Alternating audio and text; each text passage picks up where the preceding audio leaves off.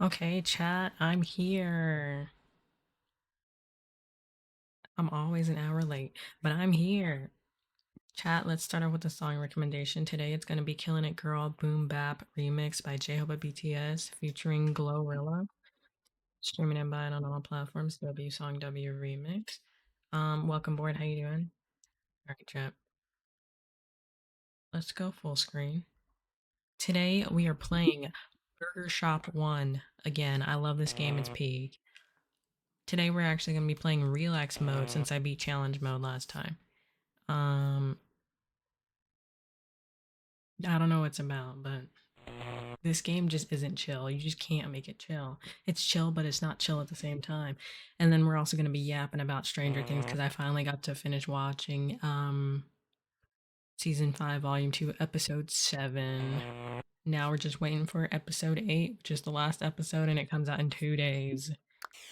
2 days, and it's all over. I can't believe this. I can't believe this. I'm rewatching volume 2 because a lot of people are saying it's buns. A lot of people are saying that it's straight buns. I'm like, maybe I need to go rewatch this. Some of the things they're saying is very true. Some of the things they're saying is not true. I'm just like, let me just go rewatch it first before I tweak out. Holy moly, why holy moly? 2 days? Right, see, that's what I'm saying. Okay, what is this? Diner? Bronze? Bronze at 1,000. Dang, 1,000. And I have to get gold at 5,000? They want me here forever? My customers never leave, so I can take as long as I want to serve them? Wow. Watch me still get stressed.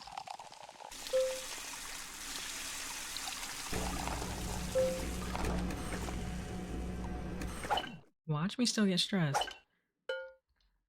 Okay. But, hold on. I feel like it's a little bit loud for me. I don't know why. Oh, what the heck was that sound? What was that sound?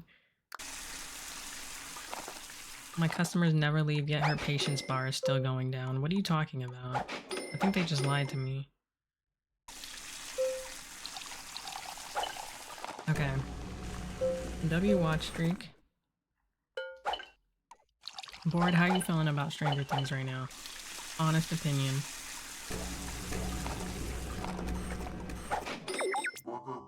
Honest opinion.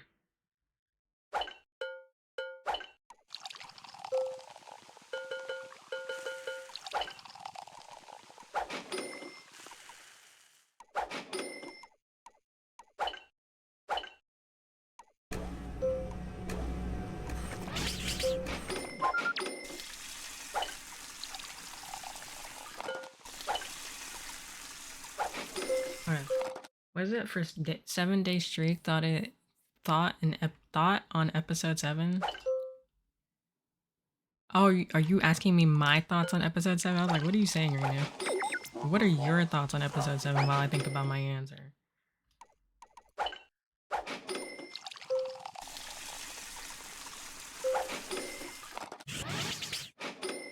Well, I feel like we need one more episode. I feel like we need one more season.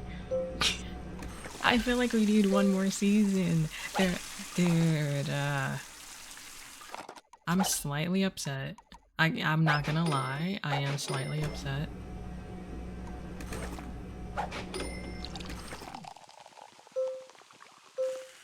Did you know? Are we in an ad break?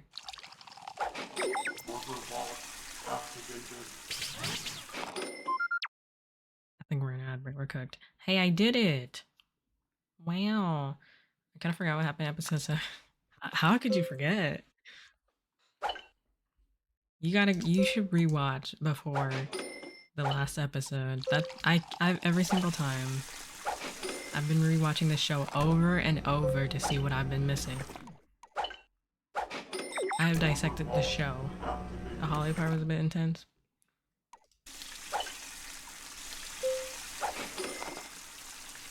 Ads, what?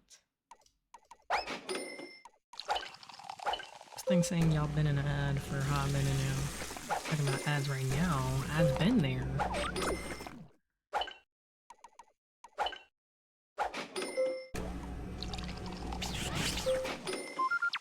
Served 29 customers so far. Okay, relax mode is kind of relax mode. It really is.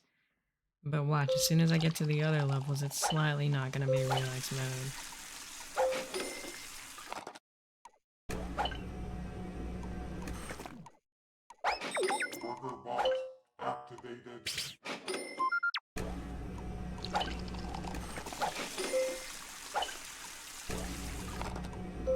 Let me know when we're out of ads.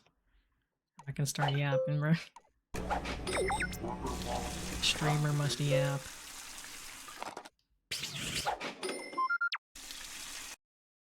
I beat it.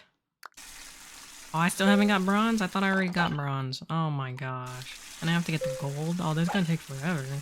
I thought I was gonna be able to do this in one stream. I'm not gonna be able to do this in one stream. Relax mode is gonna take me at least 2 or 3, bro.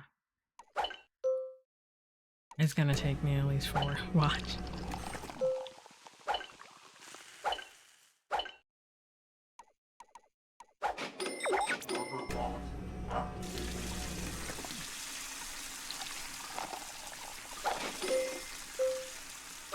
Dang, we still in ads, bro.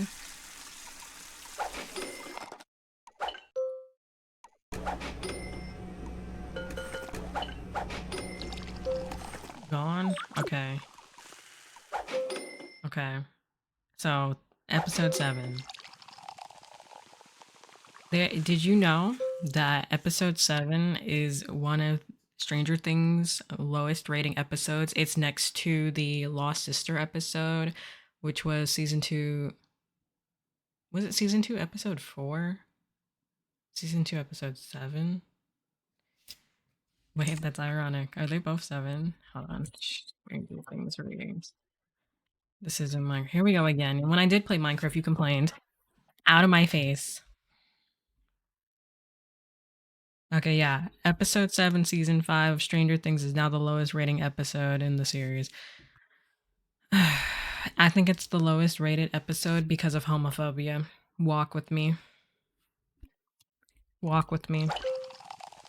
Without spoiling the episode, I've seen so many comments. They're like, Stranger Things isn't about this. Stranger Things isn't about that. What did he say? Click to show. Oh, he's lying. Oh no. Stranger Things isn't about this and that. It quite literally is. That was, dude, the whole point of the show, other than the sci-fi part of it, is that it's about being different and being outcast, you know? And people are seeing her playing in their faces, like, talking about, it's not right. Why we have this? It's Minecraft with extra mods. Bro. I'm glad. Oh, you just spoiled it anyway. Well, okay, well, straight season 5 spoilers. Spoilers. Spoilers. If you haven't watched it, click off the stream. Spoilers. Well, I beat it. Win Roblox? Never. Don't spoil it for me. You're gonna have to walk out. It's in the title. Yapping about Stranger Things. I purposely put it in the title because I'm tired of dancing around the topics and trying to find code words for everything. I don't know anything about the Roblox. You need to go to sleep. It's past your bedtime. You just brought up the Roblox movie out of nowhere. Oh my god. Okay, you said you're glad Will finally did that, but it's pretty cringe. The acting was great. I've waited for that scene for forever. Okay? The acting was great. Noah Snap did an amazing job. Their camera angles, their camera panning over to certain people at certain points, especially Mike, was perfect. Now here's my issue. The script was fine. The script was fine until Will finished his monologue and they were all like, oh, you're never gonna lose me. And then they were all kind of like a play. They were acting like they were in like a drama, like a play, you know, on like a theater stage. They were like, or me, or me, or me. How about you say something deep? This was very big for him. How about you say something that mattered? Like beyond Joyce at that point, no one else really said anything that mattered. They were just like, or me. What? What? I still love the scene. And I'm glad that they're being supportive, but or me? That's all you had to say? Or and me? Same crap. Tomato, tomato. Bro ain't even gonna watch. No, for real. I see what you play modern Stranger Things, so yes, I know my things. You know nothing. No. I hated that part. It's so cringe. That was the only part that I didn't like. I really loved how Will made it a point to talk about how even though he doesn't like girls, he still made it a point to mention how he still liked all the same things that they liked. He still liked Lucky Charms. He still liked XYZ stuff, you know? He made it a point to mention that he was still the same. That they're all still the same. Like, this little thing isn't going to change who he is, you know? And I love that he made that point. Because that's how I try to describe this whole thing to homophobic people all the time, is that they're literally the exact same person they were before, and you having an issue with it means you just have issues with yourself. Because what like, he described it so perfectly. Okay, I love that part. I love the part. He did such a good job. Apparently the writers, though, that was one of the longest time, or no, that whole monologue was something that took a very long time for them to write. And it showed in the first half, but then he got to the end when everyone else is time to pitch in with their little remarks. And that's where it's just like, are you sure you spent a long time writing this monologue? You did a good job on his part, but everyone else just fell flat. I'm just saying. That is my only issue. That is my only issue. And, no, I have one more issue. It's the fact that he did that in front of everyone. I know that was the whole point. Because Vecna's gonna use it against him. I know that was the whole point. I get it. I was paying attention, I swear. Bro. But it's the fact that he just did that in front of everyone. I think the way the scene started, it started strong. It started with just Will and his mom. I was like, okay, this makes sense. It's finally gonna happen. Oh my god. Mike walks in. Perfect. Exactly what I wanted. Exactly how I saw this going all those years ago. Right? And then he's like, I think you're gonna need to stay for this or whatever. And I'm like, okay. Amazing. And then he's like, I think everyone else needs to be here too. No. No.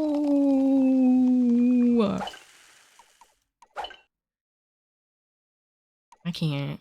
I can't. I can't. When he said that, I was like, oh, it's not gonna go as good as well as I thought it was. Is it? Bro, what are you yapping about? Let's see. I just saw a guy cosplaying him in my as a character in Stranger Things inside my game, so I strike them with lightning. Is this about the Minecraft movie too? Are they actually doing a second Minecraft movie? Oh my god, I went to school with a kid named Will. Is he the Stranger Things character? Are you the Stranger Things character?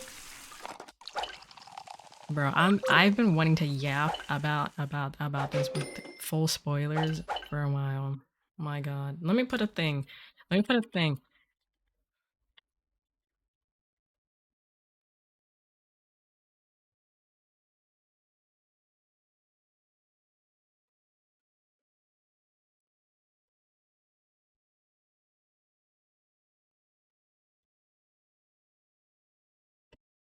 Can I pin that? Yeah.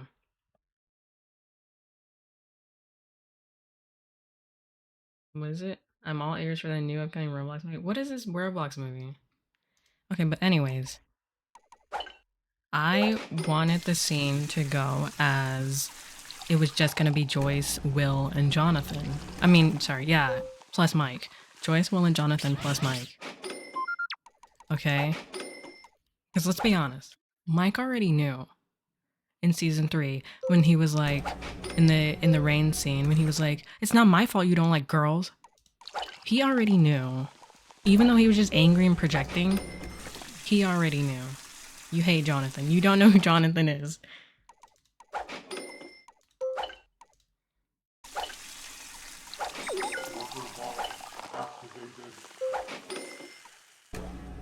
But my ex, bro, are you Steve? You Steve? This is actually Stranger Things plot, Doom. You don't even know it, but it's Stranger Things plot.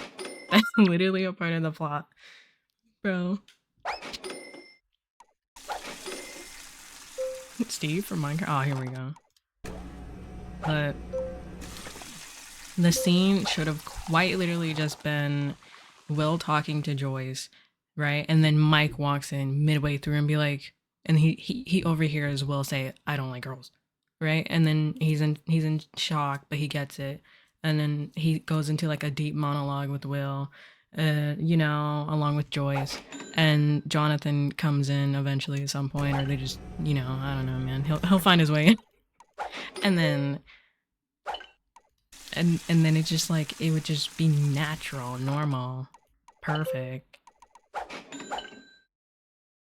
instead of feeling like a play from a theater show.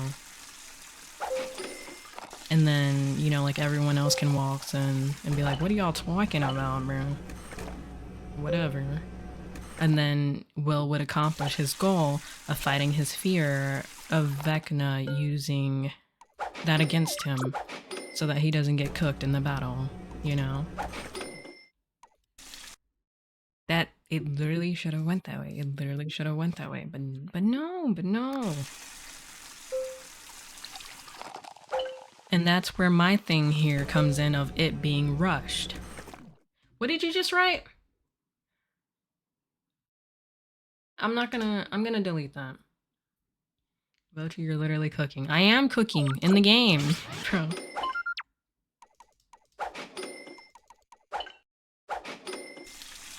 In the game, I'm cooking.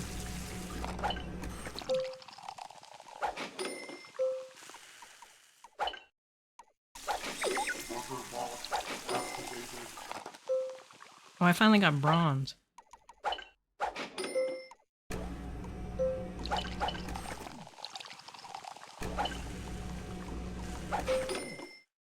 Okay. When modded McDonald's? What?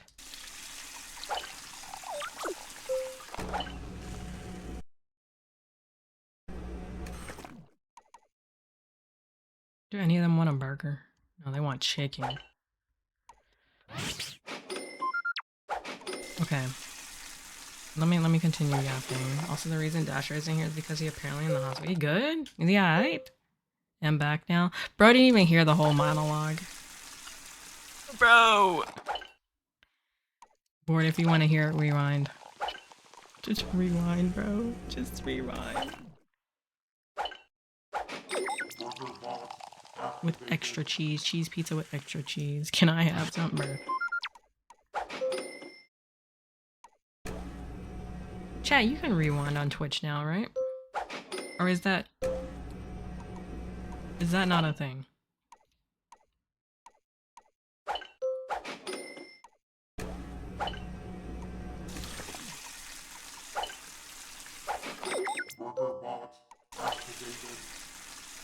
What is it? What happened earlier? I had stream on background, so maybe I can register it afterward. No rewind for me. Do you want me to repeat it, or do you just want to figure it out later? That's up to you. I'm not talking about Minecraft. He's gaslighting you. Repeat. Dang it. Okay, here we go. What was the last thing you even heard me talking about, so I know where to start? And then chat, let me know if we get into an ad so I can pause. No. Dang, 600 seconds? I don't know how long 600 seconds is.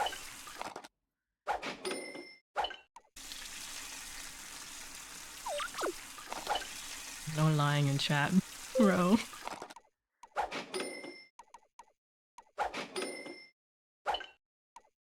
A lot of bees. Second time within 5 minutes. The dog. Bro's fed up. I'll put double cheese on it. He don't want double cheese. He is not being a big bag. Amazing. Okay. Board, what was the last thing you heard me talking about? Because I don't remember.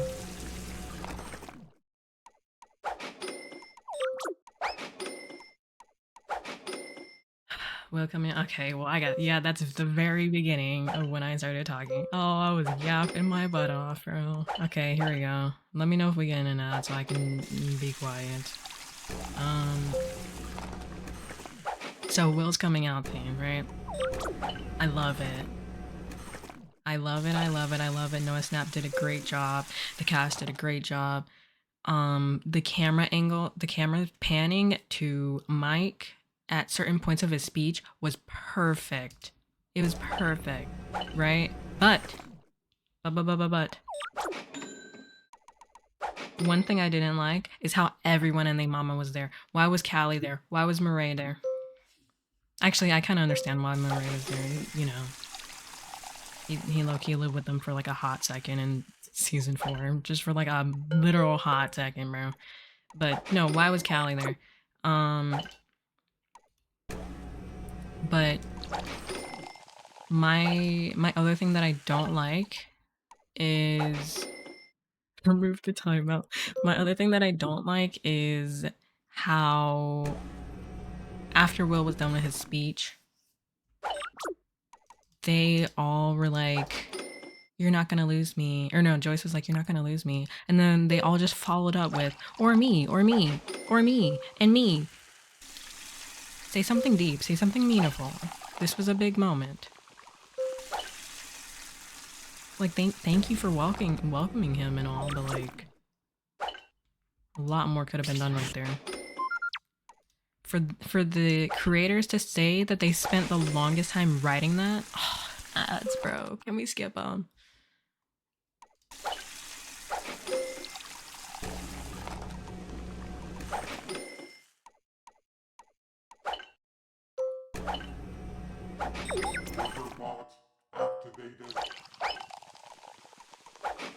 Wait, I'm locked in. While there's ads going, I'm locking in.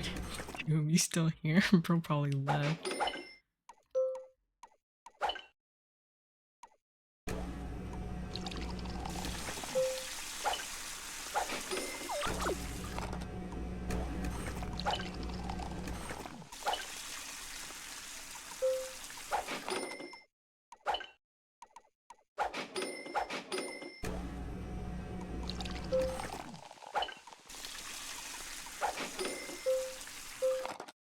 Bro definitely left. Bro's sick of this mistreatment. Yo.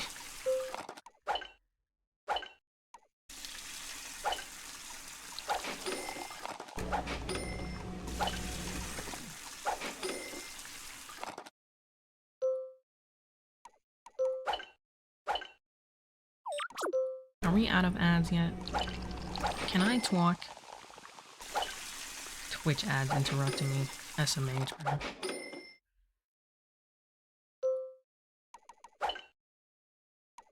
Can I talk? Ad gone? I can swalk. Okay. So I was saying, I didn't like the and me part. I like that they accepted him. I like that they supported him. It was just, it felt like a theater play. Like, you know, like a high school play or like a professional theater play. Where it just wasn't the right quote for that. If they were on a theater stage, yeah, perfect. But this is a TV show format, you know? It just didn't fit. I wanted them to say something deep, something meaningful, something to make it special, but hey, whatever. But them saying that they took the longest time to write Will's monologue? Okay, I get that. But the after part of his monologue, with the rest of the cast joining in, where did that time go? You just gave up in the end. That's what it felt like. You know, whatever, but... What else? Mike? Mike looked disappointed when Will said that he was just as Tammy. Oh, I got more, but I gotta go back.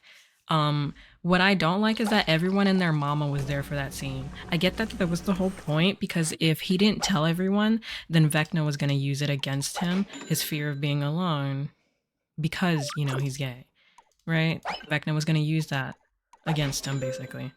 So I get why they were all there, but I wish it happened more naturally, right? Because he was getting ready to tell Joyce, and then Mike walked in. I was like, oh, it's perfect. It's gonna happen exactly how I thought it was gonna happen. But this is life. C'est la vie. Nothing goes the way you want it to. And then he was like, "You need to stay for this. I think you need to hear this." And I was like, "Perfect. Okay." And then let's just get Jonathan in here, and it'll be literally the best scene. And then he was like, "I think everyone needs to hear this." Bro. No. No. They can hear it after. Bro. What I wanted was it to be Joyce, Jonathan, Mike, and Will. And maybe like starting off with just Joyce, and then like he's midway through his sentence, "I don't like girls." And then Mike walks in and he hears that. And it just goes from there, It's natural. People start piling and be like, "What are you guys talking about?" Or Mike being like, "Oh, I'll support you, Will, whatever," like some deep, meaningful monologue that he always has when it comes to Will, right? It could have been like Joyce and Mike encouraging Will to now tell everybody else, because he would tell them about how Vecna's gonna use it against him and get him killed, basically. It could have gone so smoothly. And then now everybody else comes in because he's got the courage to tell everybody all at once. Bro, there's a million and one ways. And they happened to choose one of the ways that just didn't quite work all the way. Nevertheless, I still love the scene. Alright, and then now speaking on Will's monologue itself. I could yap about this for years, and it's just like, what's the point? But, that's what I came here to do. Yap. Okay, so from Will's monologue itself, I loved it. I love that the wording they use.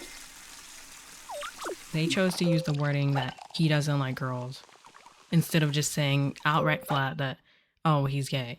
I love that they use that wording. It's more fitting, and it flowed way better than a lot of other choices that they could have chose. Another one. Him starting the conversation off with, like, we literally like the same things. We still like Lucky Charms, still like riding our bikes with melted milkshakes or whatever he said, bro. He's literally listing everything that they all do together, that they all love. And then he's basically stating, we're the same, he's still the same, despite this little difference.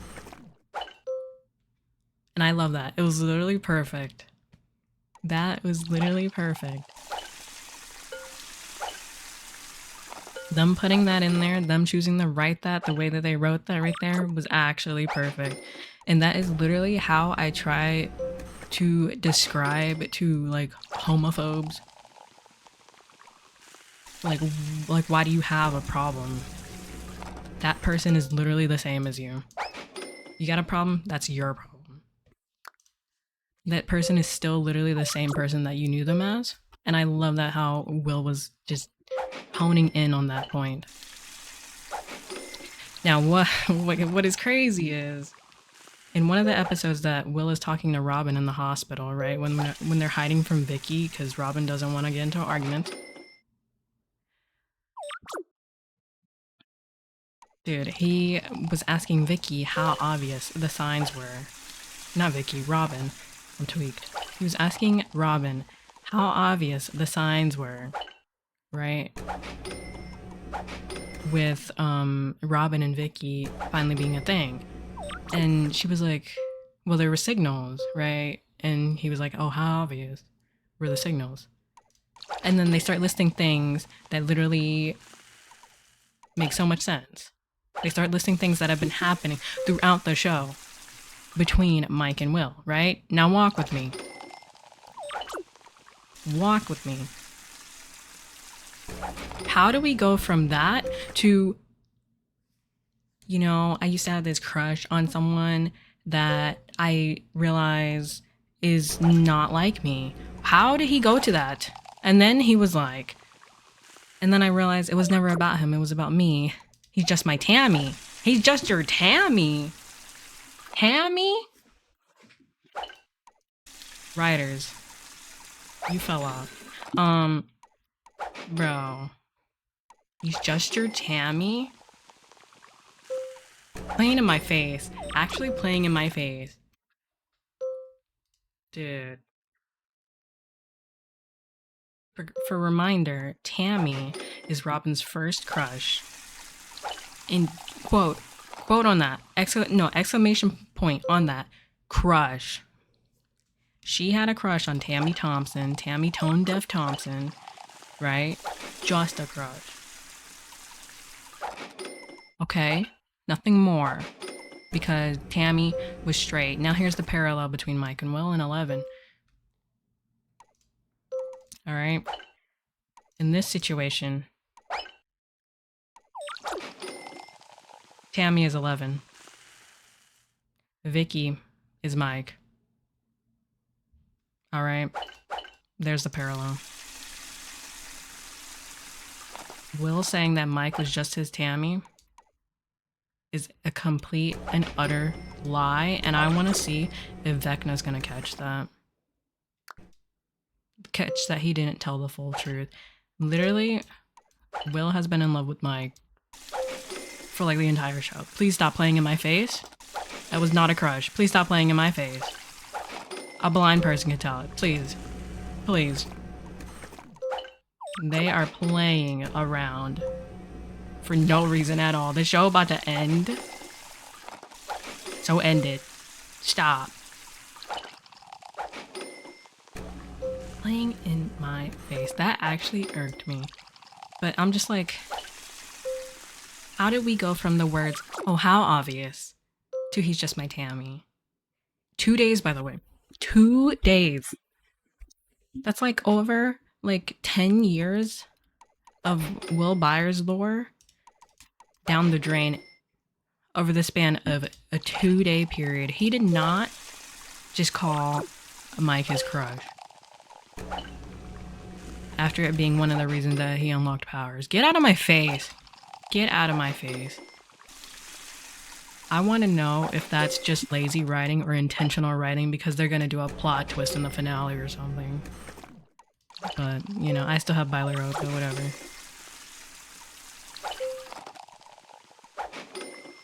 What else was bothering me about that? I don't even know. Can we? Oh, dude. I want to talk about Nancy and Jonathan. I want to talk about Nancy and Jonathan. That scene. That scene is actually so, like, intriguing to me. A lot of people are calling it poor writing. The Nancy and Jonathan unproposal. Partially, I agree. Poor writing partially. Only partially. I thought they did it in a very, like, different way, interesting way, but there were some things that could have been changed to make it more clear that they broke up. They realize that they'll always have something there, but it's just trauma bonding or whatever they want to call it. So they ended up unproposing to each other. And I can see where everyone's getting confused. That I had to lock in so hard mentally to watch that scene. And the fact that I have to go and rewatch it again. I had to lock in, bro. Because I was confused at first. I was like, wait, what is happening? They're unproposing? But at the same time, they're being like, oh, like, this is the best thing ever. What is happening? But I got it. You know, in the end, I got it. Kind of confusing, but I got it. I think what like made it even more confusing was the hug that they gave each other at the end, where Jonathan picks her up and then twirls her around as if they're still together. That looked like that alone made it look like they were still together, you know? Even though they just broke up. Like they're done. They've agreed that it's over and that it's gonna be platonic. He shouldn't have picked her up and then twirled her around. Because they made it look like they were still together and make it look like they just changed their minds. But whatever, bro, whatever.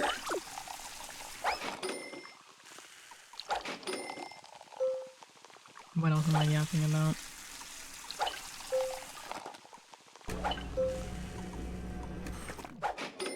Steve and Nancy. Steve and Nancy. Oh, is there an ad starting soon? There's an ad starting soon. Warning, by the way. Steve and Nancy. Hold on, let me read this before I start yapping again. At first, I was assuming that they were breaking up, but then my siblings were saying, nah, they're just confessing stuff. Then I got manipulated and then later found out I was correct. No, yeah, they were literally breaking up.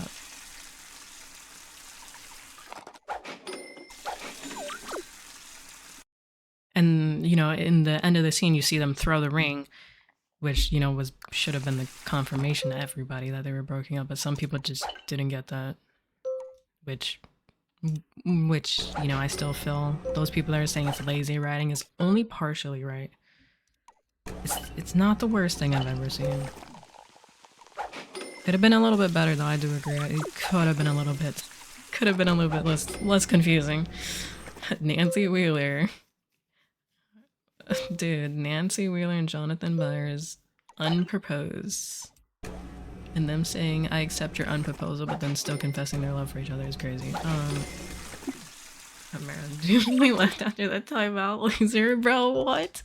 Sitting here calling him a loser. Of course he's gonna leave. Bro. But, okay, so Steve and Nancy. That was the other choice. So for me, it was either Nancy was gonna end up by herself, or she was gonna have a little thing with Steve. But the first option came true. She's gonna end up by herself. 100%. I know we have a whole last episode. She made it clear. She was like, oh, Steve's a nice guy, but why did you play in his face like that? She was sitting here flirting with Steve for an entire season and a half. Playing in his face. And then just to say that he's just a nice guy. I'll say it again. I've said it before, I'll say it again. Steve deserves better. Steve bettered himself and he deserves better. It's always been so clear that Steve loves Nancy more than Nancy could ever love him. Or will ever love him, I'm gonna be honest. As much as I hate to say it. He gotta find a new girl.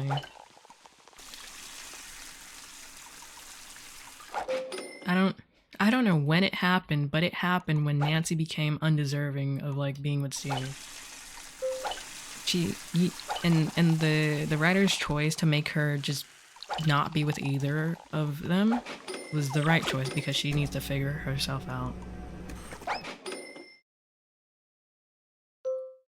Reminder, by the way, Nancy cheated on Steve in the beginning. They were never officially broken up when her and Jonathan went to Murray's house. Runs in the Wheeler family, by the way. We're all dying this hill that the cheating runs in the Wheeler family. Mike is supposed to be with 11. But what's going on with Will? Wonder.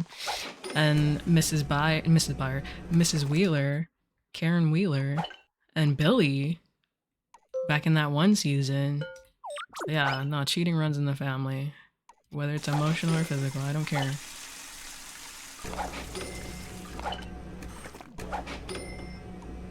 But what else do I want to talk about? No, I really can't believe she did Steve like that. I hope that dies. Can we talk about how Walking Down Wheelers are in the hospital right now? Right? but they've only visited their mom, and their dad is in the hospital. In the same exact hospital. Can we talk about how they haven't once talked about him? They haven't once asked. No ads, bro. I'm so sick of this.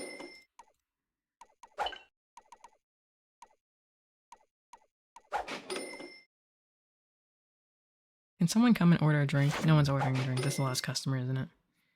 Yep. Gold at 5,000. Oh, okay. Good thing they said that. I was about to quit and move to the next level. I thought it was over.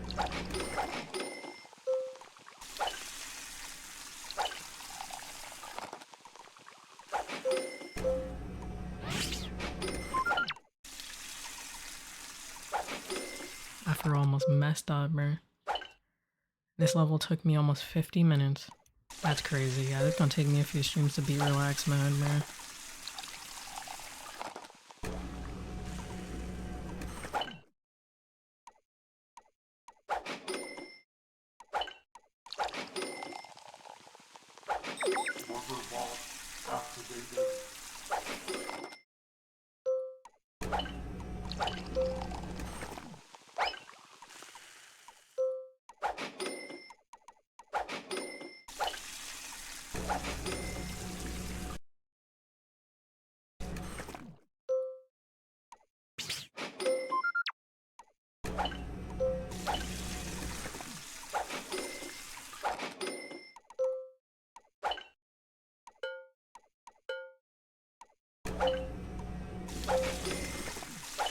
Dude, ads gone? Okay, ads give me a chance for me to like chill out for a minute. So, you know, maybe the ads aren't such a bad thing. Okay, what was I saying? Okay, Ted. I like how Ted is in the exact same hospital as Karen Wheeler, right? They haven't once asked about their father. They haven't once asked to go visit his room. They haven't once went to go see his room. Ted Wheeler and his own wife, Karen, are not in the same hospital room. And we've seen that her hospital room has multiple beds in it. And he was not in as serious condition as her, and the fact that they put her in just, you know, like a full-on public hospital room instead of a singular bedroom like Max. Can we talk about that? Like, is it bad writing that they completely forgot about Ted? Or do they just realize that no one really cares about Ted? And they were like, we're not going to spend the finale talking about Ted. You know? Is it bad writing, or do they just think we don't care? Me personally, I like all the little details, and that was the whole... Dude, that was my whole thing about this show. They tied everything together. They have not once gave a crap about their own father. Neither of them. Neither of the kids. There's 2 Wheeler kids. Neither of them have asked. I know Holly's got more important crap going on right now, fighting for her life every 5 seconds, but still. Still, bro. Like, that's insane to me. It's like they just forgot that he existed. Just like they forgot Will's birthday existed. Birthday gate. I hope his room explodes and is put into the plot. Bro, they gotta tie him into the plot somehow. They just forgot about him. And it's starting to feel like a bad writing moment when they do that, but I genuinely think they just don't care for him as a character. He really got nothing going on. He's the only Wheeler that isn't a walking down Wheeler. Let's be honest. He swang his club at that Demogorgon and immediately went down. Missed and went down. Bro. He adds nothing to the plot other than the fact that he probably makes Mike feel like a mistake based on the few times we see them interact. Got a little trauma going on there. Yeah, but I mean, it's Ted. I really thought he was gonna lock in, but no, everyone thought he was gonna lock in and finally be a walk him down Wheeler. No, he did not. He the only one. That's so funny to me. Every single Wheeler is a walk him down Wheeler except for Ted. Just doesn't run on his side. It's just not there, bro. It is really just not there for him. What else? Honestly, the most surprising thing in Volume 2 was that Nancy started killing soldiers. I honestly don't even remember. I don't even remember that. I literally don't even remember that. That's why I'm rewatching, because I'm like, dang, man. I kind of don't remember a lot. That is quite literally why I'm rewatching, because I'm like, when did she shoot soldiers? Can we talk about the pairing that might be happening, that might or might not be happening? At the end of episode 7, Hopper was like, nice shooting or something. I don't know. Man, I don't remember them fighting soldiers. I know it was there, but I just don't remember her shooting any. Hopper and Nancy pairing coming up, and like, why haven't they paired them together before? Because they're literally pretty similar, you know, when it comes to like locking in and when to get crap done. I think Nancy's at her ends. She just wants this all to be over so she can go to college, bro. She's been trying to go to college for how many seasons now? Bro. She's not playing around with her family being taken by Vecna. He's done a lot. What else do I want to yap about? I finally got gold, chat. I beat it. Diner Relax Gold. Achieve a gold medal in the Diner Relax mode. We can move to the next one now. I'm gonna fail this one. Wait, they said my customers will never leave, so how do I fail it? Oh no.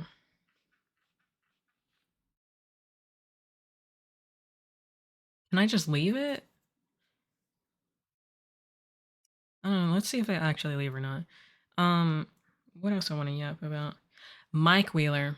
Just in general. Mike Wheeler. Mike is my favorite character in all of Stranger Things, and I will die on this hill because every single person that I have talked to does not like Mike because they think he's just like an annoying brat kid. He's a complex, misunderstood character. I swear to you, I will die on this hill. He is a complex, misunderstood character. I swear it, I swear it, I swear it. Please just wait. Bro. Like, dude, it's there. It's the same with Jonathan. How people think they don't like Jonathan either. Ooh, they don't like Jonathan either. But I swear to you, he's a complex, misunderstood character. And it's just like, bro, you want a complex character until you can't understand them. Like, it's crazy. Also, welcome, Mita. Welcome. How you doing? Long time no see. Also, Stranger Things spoilers. Lots of Stranger Things spoilers. I'm airing it out. I am airing it out right now, bro. So if you watch Stranger Things or you're planning to watch it, I definitely recommend clicking off the stream just so you can experience peak cinema without spoilers.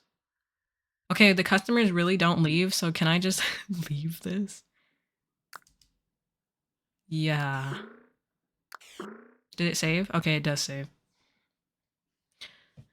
It's been a while. I'm doing good. W. Amazing.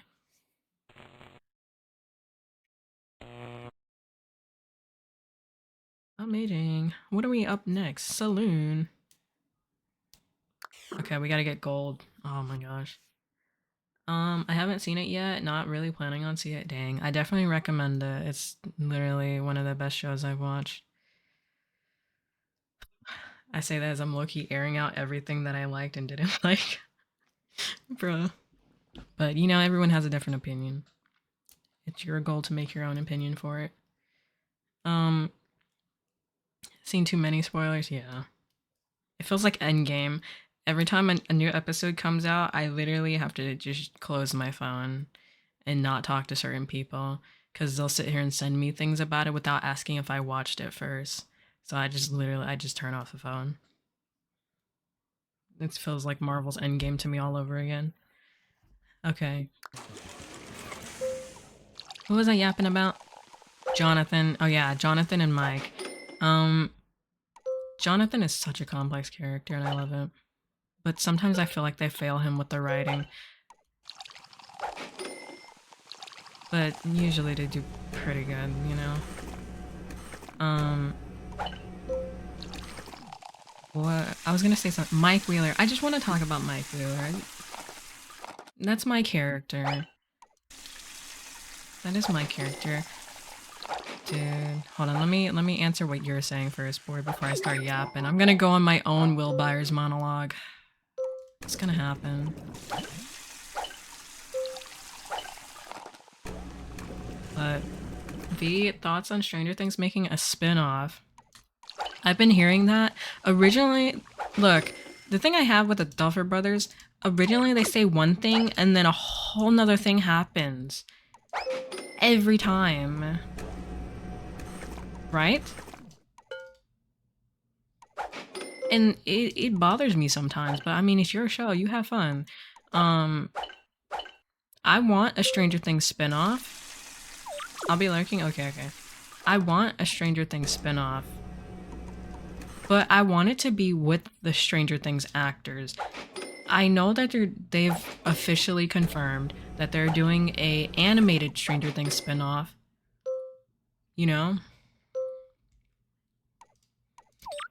But I'm gonna watch it, of course, but I would have liked them to do more with the actual, like, real-life actors.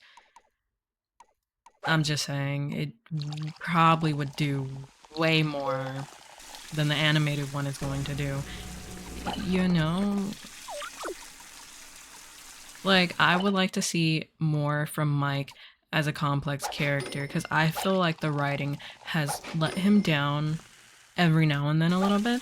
He started off so strong this season, being the heart, being the leader of the group, right? That they keep talking about how he is.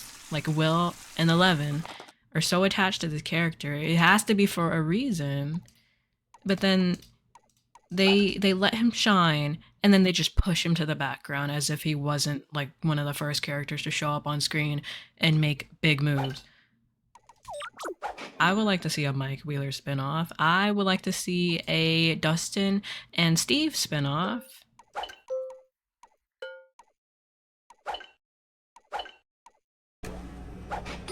They're such a W. Oh, that's who I want to talk about next. Dustin and Steve.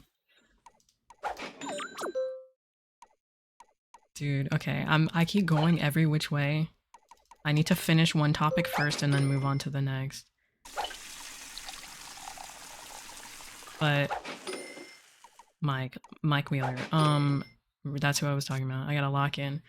Oh, animated. If they do go with that, I hope they go with the route with new style each episode, new characters, 30 minutes minimum each. You can actually look at it. There's I think there's a small like clip of it. Small trailer. I'm not sure. I saw it. Unless it was fake. You know, you never know. There's been a lot of fake news going around about Stranger Things. There was a rumor that they cut out like 2 hours worth of season 5 because everyone feels that there's a lot of missing pieces. I agree, there's a lot of missing pieces. It wasn't the smoothest thing ever. There's a lot of missing pieces. And there were a lot of lies being told, and I'm just gonna say. But there was a rumor that it was cut out. Cut out not by the Duffer Brothers, but by Netflix themselves. That was debunked by one of the actors. It was the actor from Mr. Clark. Apparently, he posted on like his story or something, saying that this is just lies that the internet is spreading. Which, okay. So that means that they just dropped the ball a little bit. They just dropped the ball a little bit. And it sucks, but you know, whatever. What can you do?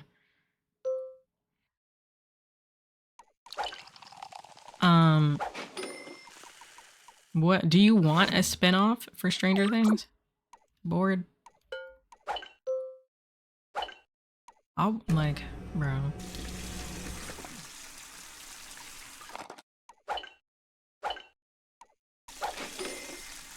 I want a spin-off. Animated or not, I want a spin-off, but I would rather just have the actual stuff. The actual actors.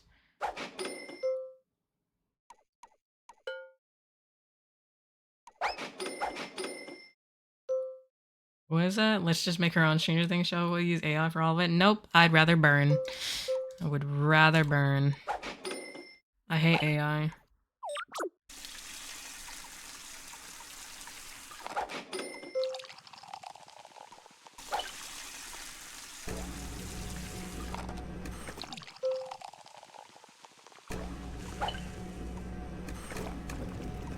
Okay, what else was I talking about? Oh, I made a burger on accident. A bad burger.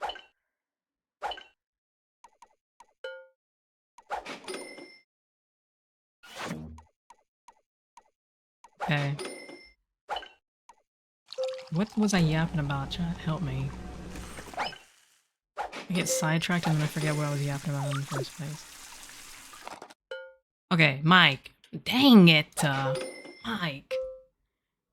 I want a spin-off. I think it'll be cool to see more stories. That's what I'm saying.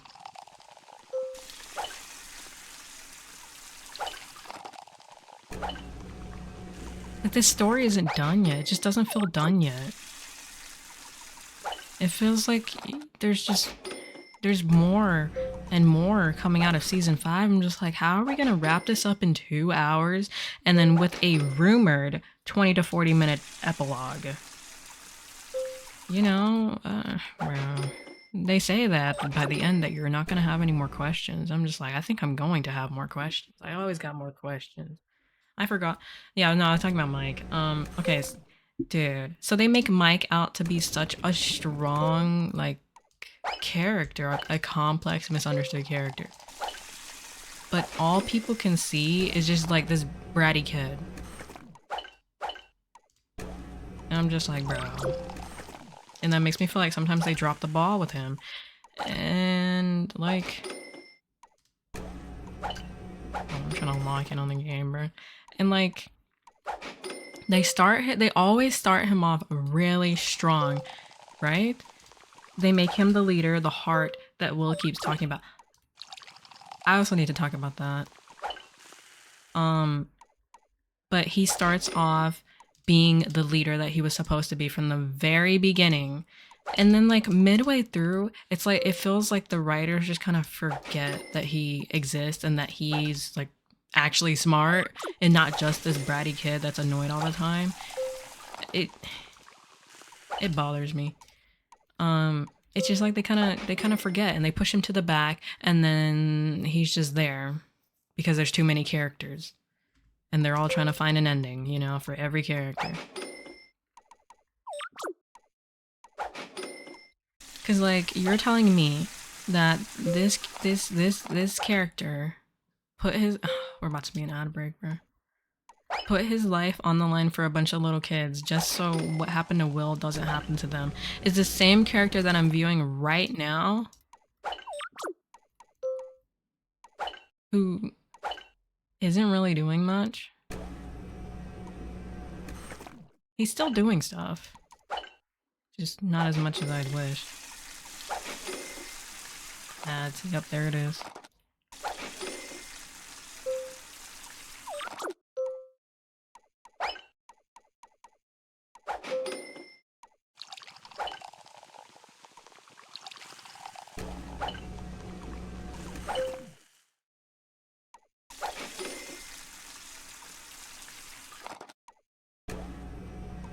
Okay, I can finally like chill and lock in for a second.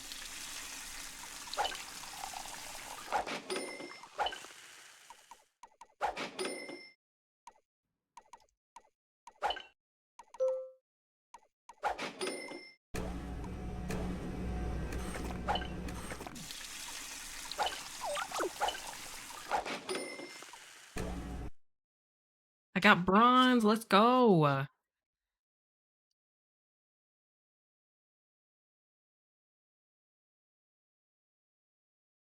Phone break.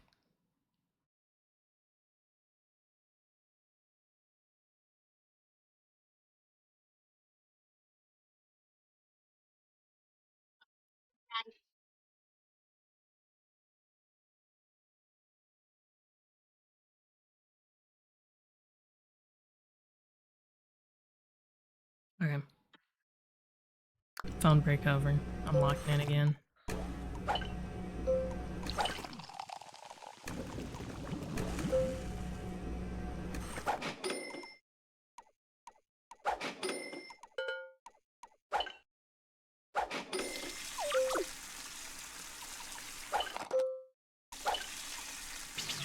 I'll be forgetting that I have this robot over here that I can just literally, he literally do everything.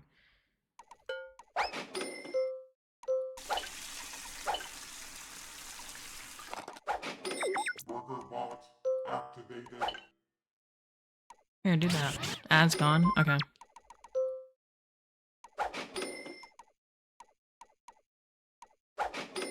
Also, can we talk about? All right. Let me go in order. Let me go in order. Let me go in order. Oh my God. I'm like, can we talk about this? Can we talk about that, bro? Can we just talk about Stranger Things as a whole, bro? But can we talk about how they? I swear to you. I swear to you, was lagging. Okay. It's good now. Chat, is it my stream? Be honest.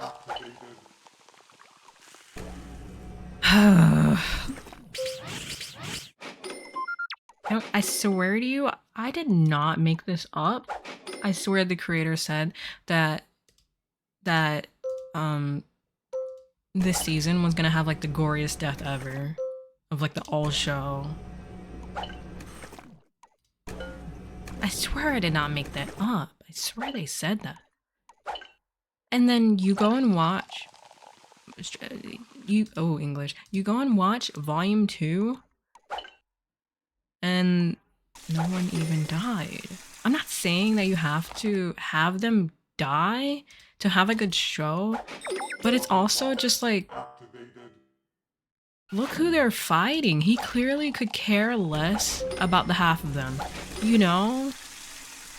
You think he would start killing them off just to make his life a little bit easier so his plan can go into fruition. Bro, I'm scared that they didn't kill a single person yet. I know that they also did say that they don't want to have a Game of Thrones quote-unquote red wedding ending, which I never watched Game of Thrones, so I had to search this up. It basically means that they don't want to have an ending where everyone's dead, you know, and like everything was for nothing, basically. I agree with that. I'm glad that they're not going to kill everyone off. But it's also just like, we're at the point where it's just pure plot armor for some of the characters. If you hear me out, when Max and Lucas went into the elevator in the hospital, right? And the Demogorgon got like pushed off. What pushed that Demogorgon? Was it him pushing the jukebox? Oh my god, the boombox into the Demogorgon? Was that what got him off? Because I genuinely could not tell. I don't know what was going on right there. But ignoring that, Lucas kicked the Demogorgon. Okay, that's what he did. Right, okay. So that's fine. That's fine. It was the fact that he kept the boombox on when it was him, Max, Vicky, and Robin in the laundry room. He kept the boombox on even though Robin wanted it to go off because the Demogorgon was going to hear it, of course. Because if you go back to season 2, Bob Newby in the closet at Hawkins' lab, he dropped the broom, the Demogorgons cooked him. One little broom drop, right? So you're telling me those Demogorgons cannot find Lucas with that boombox in a matter of seconds? You're telling me they didn't hear that boombox. That was plot armor. One of them definitely could have died right there before Walk 'em Down Miss Wheeler walked in and did what she had to do, you know? One of them definitely would have got cooked. That was plot armor. Right, and supposedly they something. I swear someone important said that there was no more plot armor. But then yeah, look at Nancy and Jonathan. I'm gonna be honest, I was fully expecting Nancy and Jonathan to die, especially with the speech that they were given. Right? I wouldn't have even been that upset because it would have been a beautiful death for them. It would have fit. It would be like, oh, they're like sitting here being like they're like in love with each other, but it's just not working out, you know? And then they accept each other's proposal, and then they die in the exotic matter goop. That would have been perfect because it would have been beautiful. It would have been perfectly sad and beautiful at the same time. It would have been the perfect death for them, and it would have made sense. And it literally, dude. Sometimes makes me a little bit upset. And also, what was with the Demogorgon making an emotion before a boom? Sounded like Scooby Doo. Yeah, it was like a curious dog turning its head at a toy. Some people are calling it cute. It's funny to me though. It was just like, since when do they act like that? You know, these things are being controlled by a real person. He's not turning his head at it. But I guess, you know, at the same time, it is a demo dog. So they're kind of stupid still. I didn't. They were demo dogs. They're still stupid. They're in that stupid phase, basically. It was a perfect death scene. The Nancy and Jonathan could have been a perfect death scene. Is that what you're saying?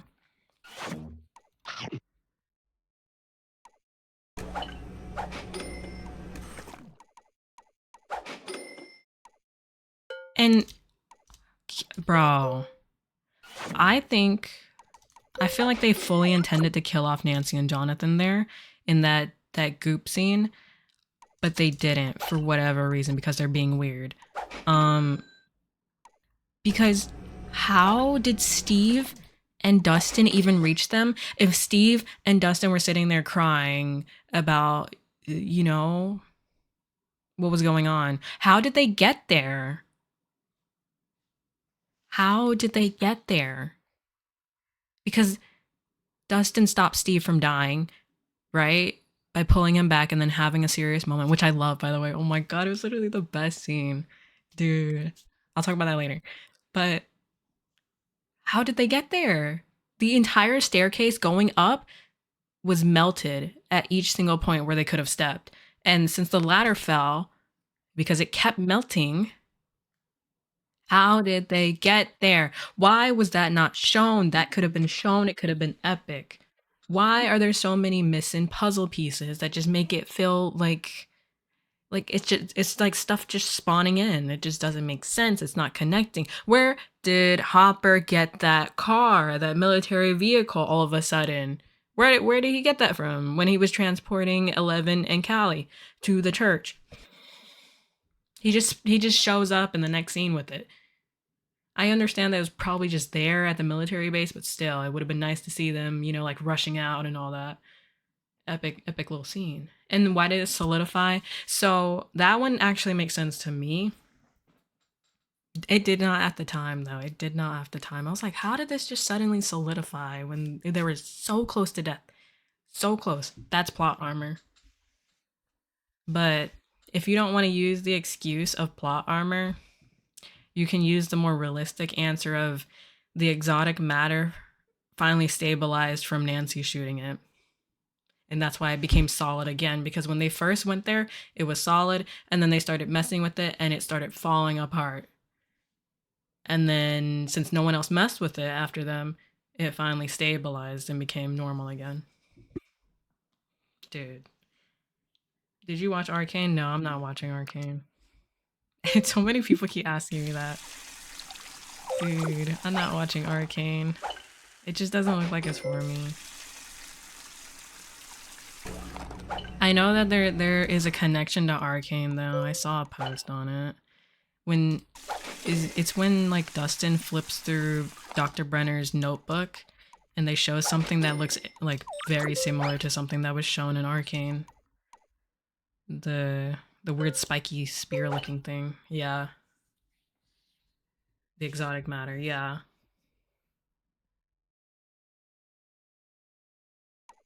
Also, I really love the idea of them being stuck between or stuck in a wormhole, and then outside that wormhole is time and space, of course, and that this is like a bridge between the other dimension that I have been trying so hard not to spoil for people. Oh my god.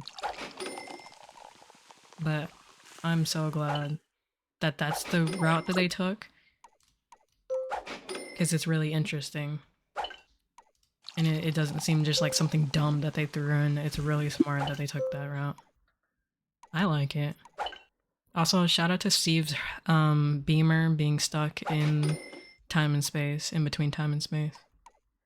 RIP his beamer, bro. Absolute RIP. He doesn't even know it either. He doesn't even know that his beamer is stuck between time and space. He's not getting that thing back. He's so cooked. Mr. Clark is so dying. Imagine, like, okay, why'd they even bring Mr. Clark and Vicky into the Upside Down? I'll be honest. I mean, like, I don't mind, but why did they need to go with them? I guess for Vicky, it was to prove that Robin wasn't crazy, but she already realized that after seeing the demo dogs. Robin was not out of her mind. For side character deaths, no, imagine though. There's no point anymore. No point in having Vicky dying. It aids nothing. There's no point in having Mr. Clark dying. It aids nothing. Having... It would have been so perfect to have, like, Robin die in episode 5 for Shock Jock. It literally makes so much sense. But they're like, no. No. Also, can we talk about that? This is the first time in 5 seasons that Mike Walkum Down Wheeler has been in the Upside Down.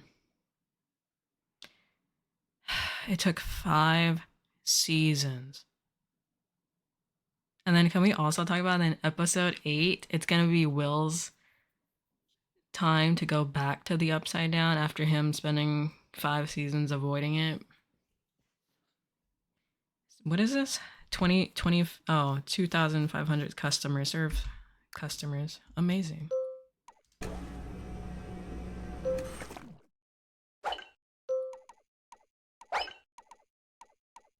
I messed up. Oh wait, you know, I can save that because the customers will actually order that one. What else? Oh right, I want to yap about Steve and Dustin. Bored, and I want to know your take on this too. Okay, so the Steve and Dustin dynamic started off as broken this season, so a lot of people thought that they were going to die, like, upset at each other, which would have been perfect. I'm just saying. It would have been slightly perfect. Or having one of them die after they make up and are, like, good with each other again. Because it just adds depth. But, you know, whatever. But I'm not even mad with what they chose to do instead. With Steve almost about to, like, Steve's always trying to die.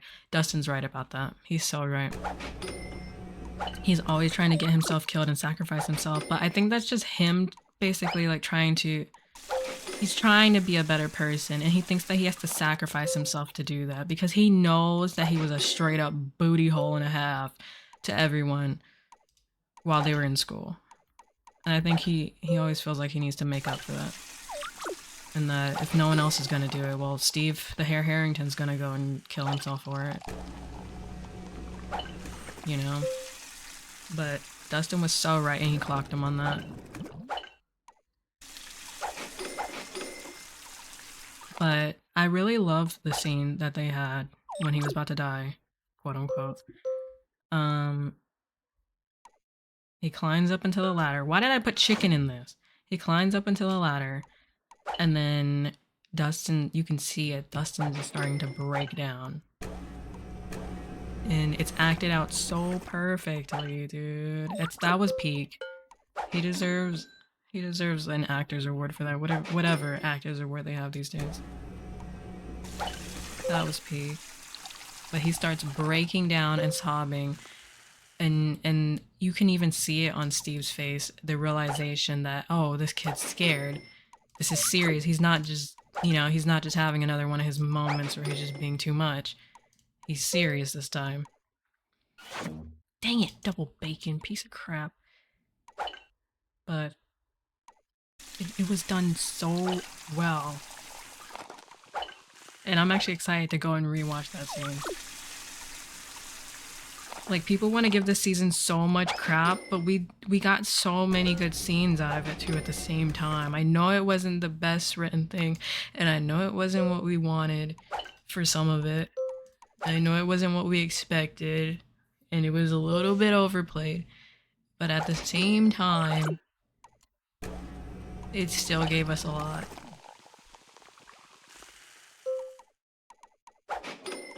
I said what I said.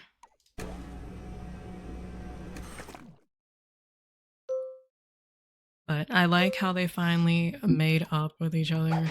I like how they finally became friends again. But also, I want to talk about the scene before that though, when they were fighting. Yo, Dustin throwing a Rubik's Cube in Steve's face caught me so off guard. Like, out of all the things that were gonna happen right there, I did not expect them to actually physically fight. I was like, they're gonna do a lot of things, but physically fight each other, I don't know. But I should have expected it with the way that Dustin was acting the entire season. Validly, by the way. A lot of people were upset with the way that Dustin was acting. Well, it wasn't much of a fight. That was the point, though. Steve wasn't gonna fight Dustin. Steve was never gonna fight Dustin. That's a grown man fighting a child, by the way. He was never gonna fight Dustin. That was the point. And I love that they made that the point. He would never do that. Dustin just needed that. He just needed to break down, basically. And Steve was purposely trying to make sure that Dustin wouldn't get hurt while he was fighting, quote unquote, fighting him. He made it the whole point to make sure he didn't get hurt, and he didn't want to hit him once. Because he knew that he was hurting, but at the same time he was so tired himself because, you know, that the way that Dustin's acting, it was a lot. It was a lot, you know. Once I came back to just getting that instantly, ha, bro. It wasn't even an ad I liked, bro.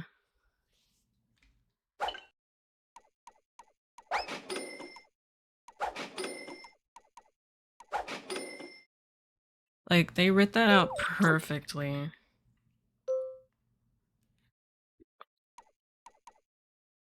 Steve just kind of tossed him around a bit, but that was just, you know, so he wouldn't hit him.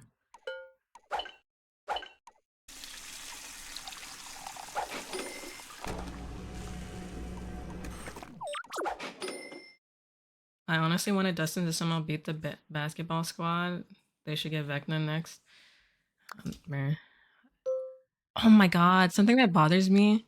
I really expected certain characters to get Vecna again, Vecna curse. Like Will, of course. But, you know, I guess he's trying to avoid that now, so it's not out of the picture with him coming out. There's still a chance because he still hasn't told Mike that he loves him. He's still lying to himself saying that it was just a crush and that he's over it. You don't get over that in 2 days.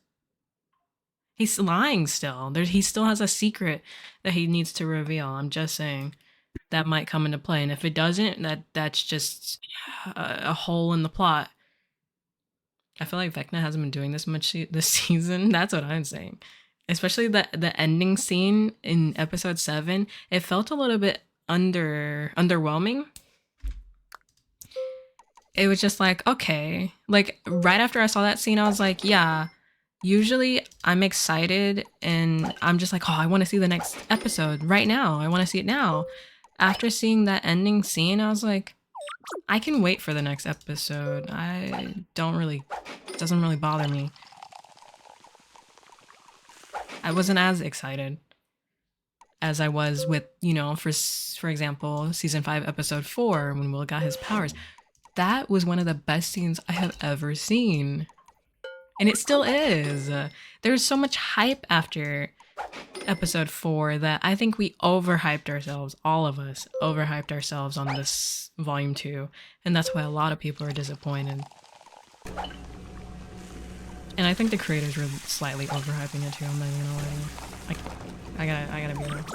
Bro came to Hawkins to Aura Farm once and then never came back. No, literally.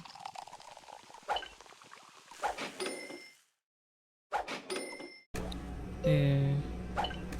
What was I? Okay, I was talking about something before that. Oh my god.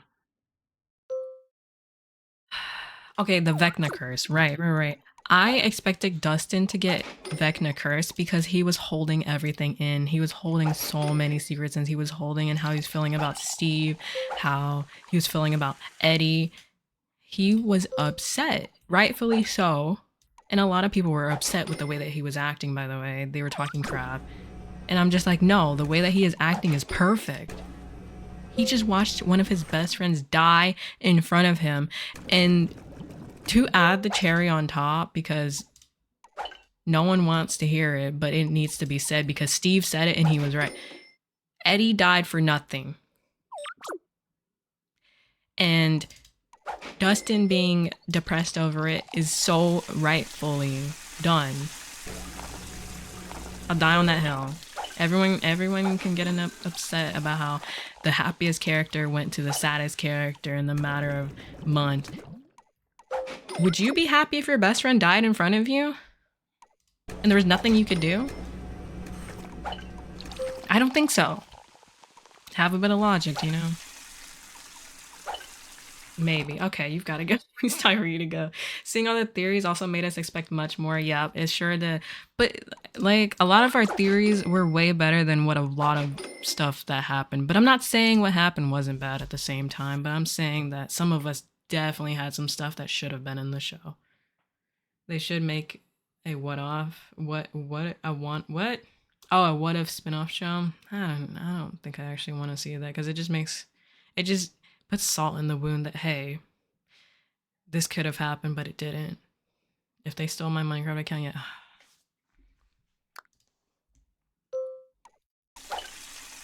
But I expected Dustin to definitely get Vecna cursed, but it's the fact that he's now solving his trauma, and I'm like, okay, you know, I'm not mad at it because I like the way that they did it.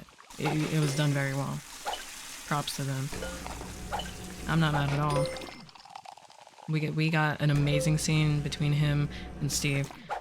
But yeah. But hold on, chat. I'm gonna get some water because I've been yapping, so I'll be right back. Let me pause the game.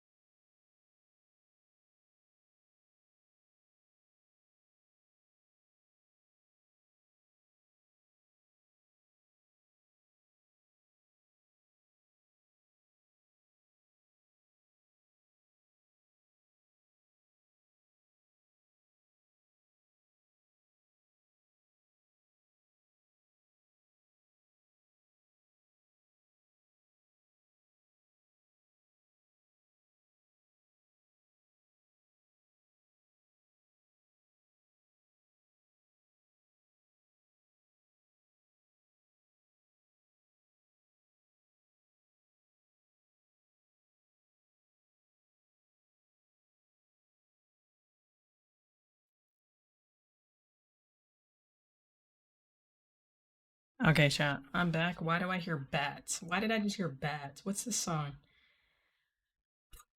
All right, let's see. Let me read your stuff. Everyone lucky I didn't make season 5. Everyone would be dead. Bro. That walk down Ted Wheeler, of course, bro. Wait, I just realized we haven't had a new character everyone loves and then dies drop yet. That's what I've been saying. No one's died yet. Like the stakes are so high right now. How has no one died yet? In a realistic setting, I know it's sci-fi, so of course it's not realistic. But still, in a realistic setting, someone would have died by now. I'm just saying. There's so much plot armor. Talking about, oh, plot armor's out the window. You lied. You played in our face. We haven't. What is this? Yeah, they gotta remake season 5. When does Dustin get all the Chaos Emeralds and become Super Dustin? Bruh. Well, I don't know, chat. I don't know. But yeah. Okay, I was talking about the Vecna stuff. So hold on. I almost messed up Bro's burger.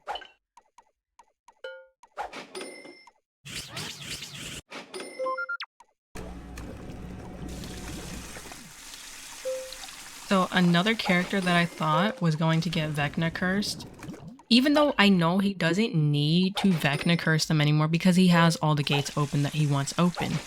There is really no use for it except if he just wants to, get rid of a few people, because they're in the way of his plan. Right? Like he's just doing it for the love of the game at that point. But he's not.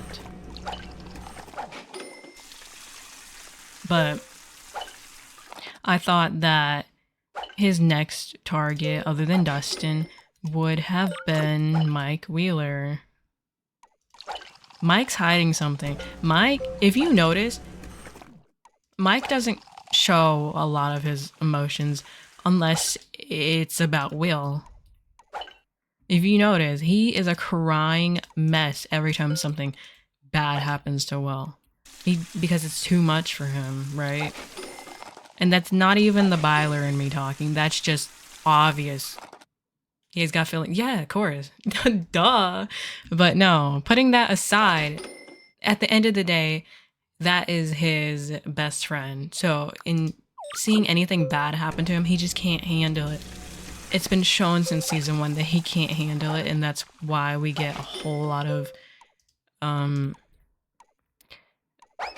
seeing a whole lot of Mike Wheeler. Don't feed into her delusions is crazy. It's been here since season 1. His user is I'm Dustin from Stranger Things. Trust me, bro. 192. What, bro? But no, am I not wrong though? Like putting Byler aside, that is his best friend at the end of the day. It has been shown since the beginning that he just can't handle it when Will gets hurt or when, anything bad happens to Will. I mean, like, that's just a given. That's just a normal human being, That's just a normal human reaction. But his mom just got almost cooked by a Demogorgon. And he's, he hasn't shed into a full-on cry, unlike Nancy. He seems kind of chill about it, almost. But you can tell at the same time he's not. There's something bothering him. He's not great. He's not doing the best. Right? Like, he shed a few tears. And then, same with his dad, of course. And both of his parents are in the hospital. And his sister is missing. Literally in the hands of his enemy. But you're right. I always knew Dustin could turn into Super Dustin. Bro. I mean, Dustin becomes Super Dustin half the season because he's like super smart all the time, which is pretty cool. Dustin's been cooking this season with his theories. Even though he said he was like wrong, he was still basically right. I don't care. I'll die on that hill. He was dang near right. He was almost on the money. He hasn't forgiven Karen for being on the phone when he was talking to Actually, A lot of people have misunderstood that. Okay, so.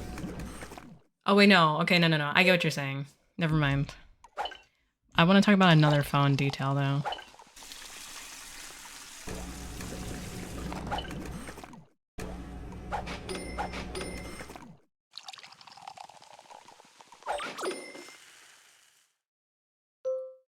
Chat, I've almost beat this one. Oh my god.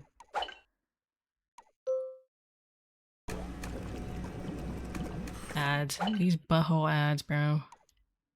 Out of my face. Die.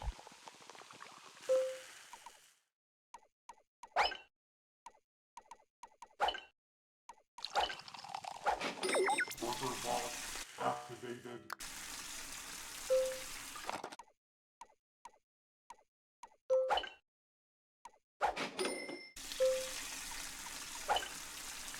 I can finally chill. Oh my god.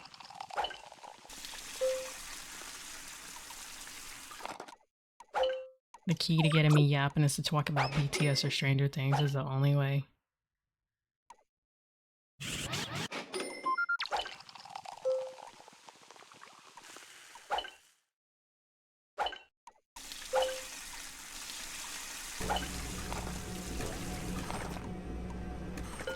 Ads gone. Okay.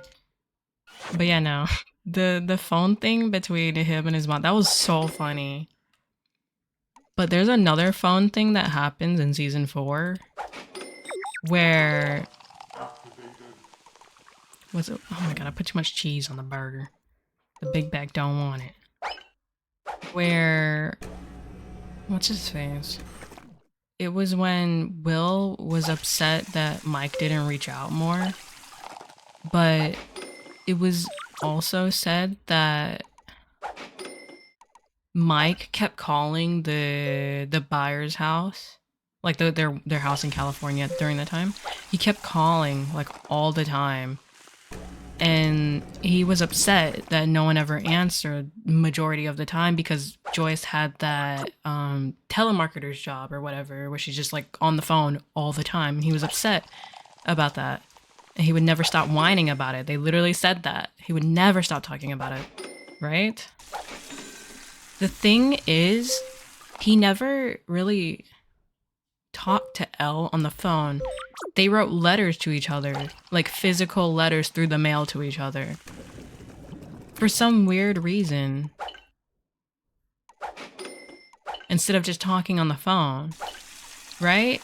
And you know who he didn't write letters to? It was Will. And you know who stated that he only called a few times? Will was like, Mike, you only called a few times. And that's just not true. He called a lot, but Joyce was always on the phone on her job. But why didn't he just write letters to Will? Why did he only call? And it's paralleling with why did he only write letters to 11? Why didn't he just call or do both? It's these little things. I'm just like, why are you not going into detail on these yet? He is a weird character. That's a compliment. These little details that they just never will go into because the writers are a little slow. Bruh, there's so many holes. So many holes. Plot holes in it. But they're gonna tie a lot of stuff together, hopefully.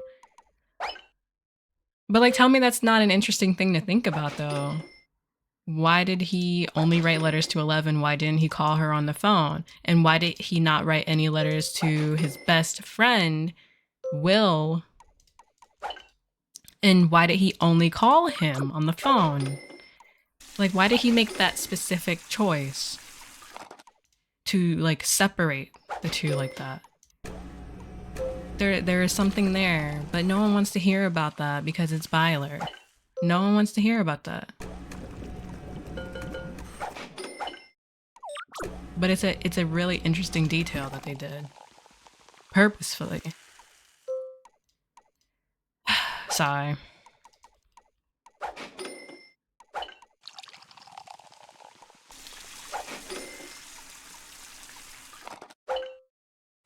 Bruh. So they know he isn't in contact with Elle. What, maybe because the people might have still been spying on Mike's house. Apparently, there's like a scene where they do talk on the phone. It was at Hopper's house during season 3 when Elle was like actually under heavy like hiding at Hopper's cabin. Mike called. That was the Karen scene. Mike calls the house. Or no. 11 calls. 11 calls the Wheeler house, right? And she was like, why are you not over here? It's for something or whatever. You know, it's whatever the time they were supposed to meet. And, you know, he didn't want to go over there because Hopper threatened him, basically. Um, but she called him on a public phone that they knew that was being tracked by the government. So there's no excuse for what happened in season 4. Of course, it could just be a plot hole in the writing, right? But I don't think it is. I don't think it is.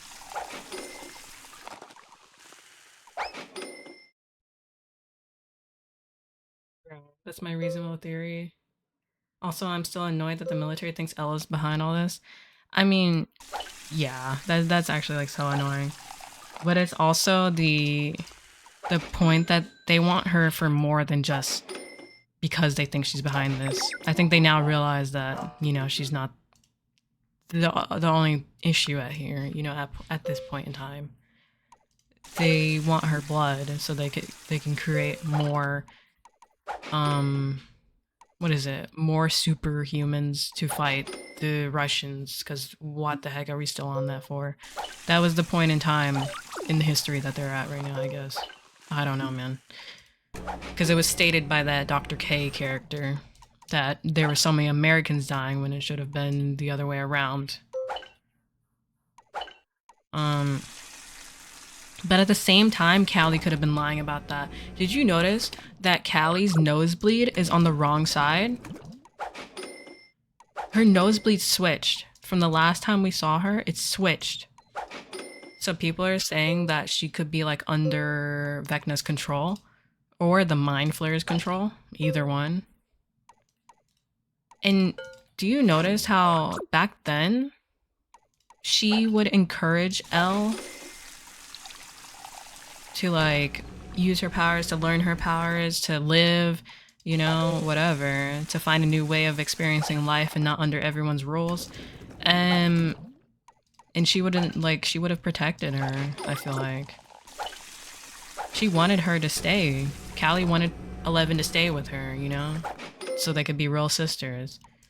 But do you notice that ever since Callie got back, she's basically been telling Elle to just die. She's literally just been telling Elle to go die.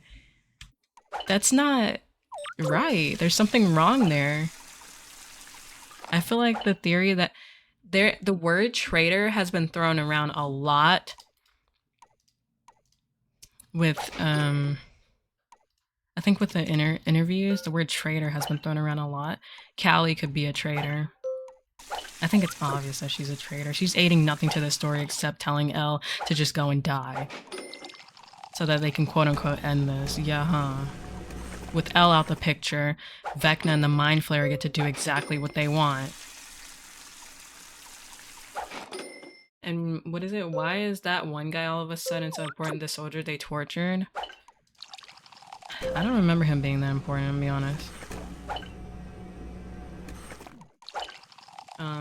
I thought he was just some random ground unit, and now all of a sudden he's giving other surgeons orders.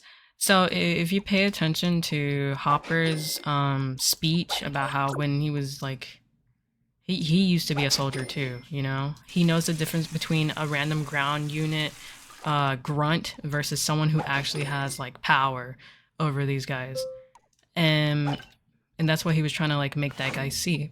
He's not stupid. He can tell that he has more power than he lets on. I got gold, let's go! Why is there a bunch of nerds here? Are you talking? Chat, I nerd out on Stranger Things. I have the books and everything. Saloon Relax Gold, achieve a gold medal on the Saloon Relax mode. But yeah, so that guy has a lot more power than what the show is letting on, basically. it's what does he call it? Um, Hopper called him like an attack dog. Like he's one of the people who you send to war when you want the nasty things done. Like, you know, you have certain structure to war, certain things you just shouldn't do. He's the one that will break all of that. He doesn't care. That's what Hopper was trying to say. So he's basically going to command everything since his commander is down right now. He was in that hospital bed. I'm surprised he survived. That man was on fire. You're telling me he survived? Bro, I was like, oh, he's finally down. Another one of Eleven's op gone, finally. No. No, bro. He's still kicking. I really thought he was donezo right there.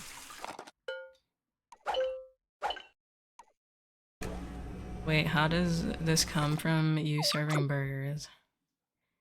Me serving these burgers helps me like focus for some reason. I can yap like this in detail about this show because it's a show that's meant to be broken down into pieces. You can watch it in any way you'd like, but I watch it as if I'm breaking it down in pieces. Unk is crazy. Where'd that even come from? Just casual dropping of Unk. Stranger Things is literally one of those shows that are meant to be broken down and deciphered and everything, because everything connects. Fall down this hill with that. I messed up Bro's burger. Imagine watching a server throw your burger away. Mid-make. Unk to the second power. Bro.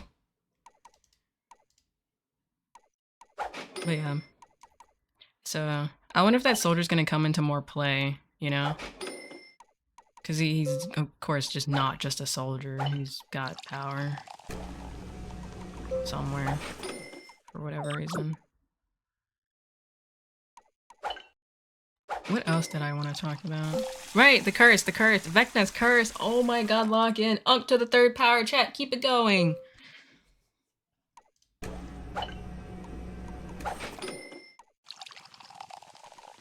Vecna's curse. Oh my god, dude. I strayed so far from that topic. That was like 30 minutes ago. Dang it. Chat. Oh, I already beat this level. I'm still sitting here playing it. Unk to the fourth power. Unk to the fifth power. Gold. Let's go to the city. Unk to the sixth power. Okay, Vecna's curse. Okay, I already talked about Dustin. Mike. I wasn't done talking about Mike. I was halfway through Mike. I swear it though. Jeez.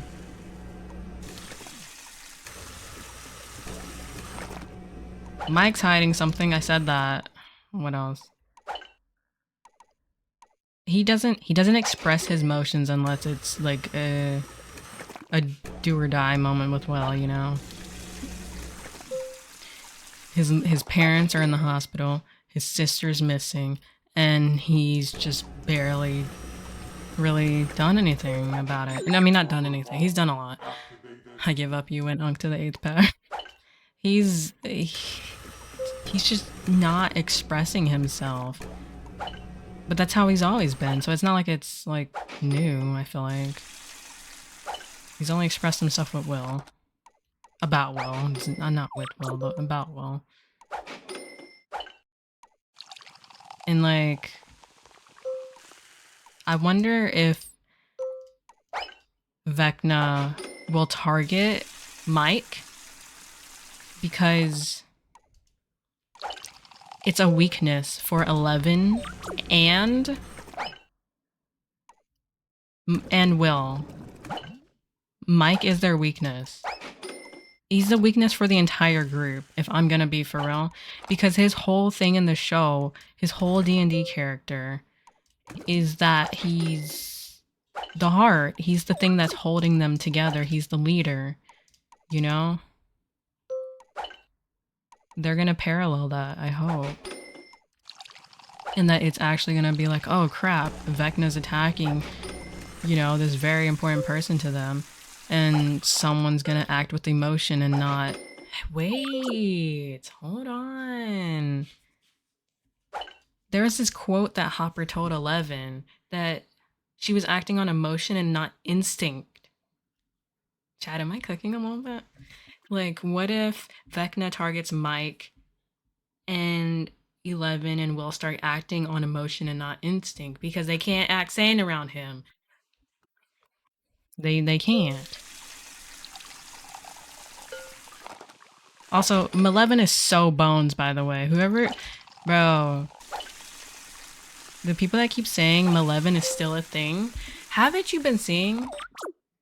Haven't you been watching this season? They have not told each other that they loved each other once. They have not kissed once. And you know that that was a common thing that they had going on. They have not expressed any type of affection other than friendship to each other. Even Mike said to 11, friends don't lie. He brought that back. That was brought back for a reason. I think in that 18-month time jump that the showrunners decided to do, they broke up. And they agreed that they were just gonna be friends. Because, no, imagine this. Why would Will go to Vicky and say, oh, how obvious are the signals? You know, basically saying, man, do I have a chance with Mike? Why would Will do that to his own sister? Because you know in season 4 that he was literally rooting for them to be together. He was literally rooting for them to be together, even though it hurt him. I said what I said. Like, why would he suddenly switch up and be like, I don't care about that? They definitely broke up in that 18-month time gap. I will die on that hill. Oh, I just threw that away and I needed it. Oh, yo. Super unemployment is crazy. Ocho, my friend, lied to me. What do? They keep saying they're busy even though Minecraft. Tough luck.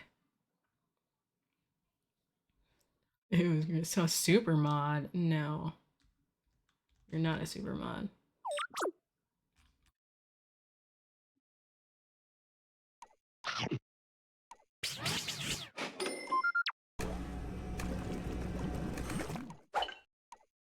Am I not cooking a little bit?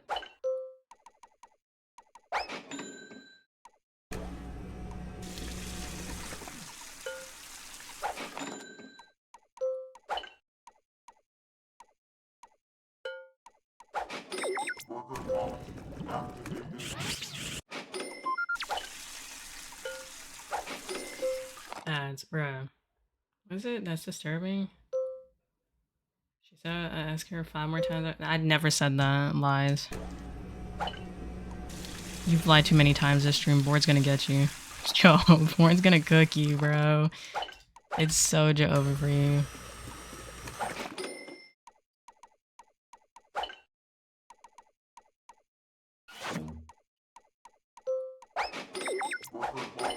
Activated.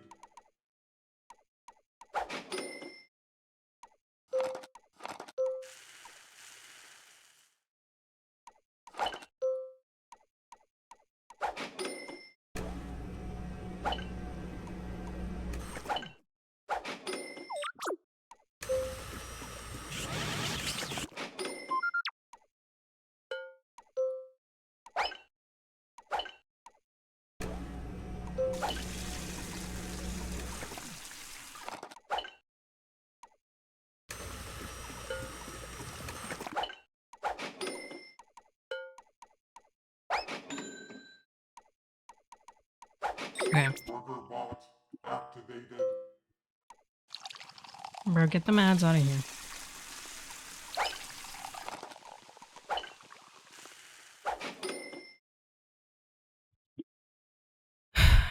I never said that, Doom. I never said that. Line your bet off.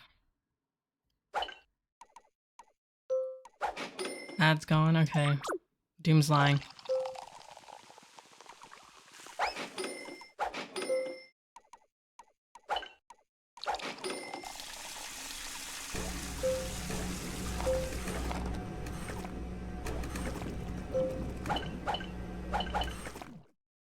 I'm not good, bro. Abusing mod power. I love totally not abusing mod, bro. Okay, but like, tell me I'm not cooking with that, though. Mike and 11 definitely broke up.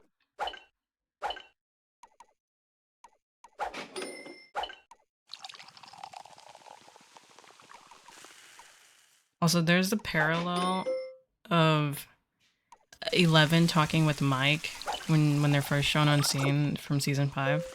On scene, on, yeah, whatever, same crap. Where 11 was like, do you think we can really achieve that or something? Like, do you think we can have that? And it was about them having like a normal life or whatever with waterfalls and, you know, whatever crap they were spewing there. And he was like, well, if Vecna's gone, then what's stopping us? And then you know what Mike does? He compares Will to Vecna. He was like, well, you're kind of like Vecna. And Will's like, you think I'm bent on destroying the world or something? And well, he's like, you're evil and like trying to destroy the world.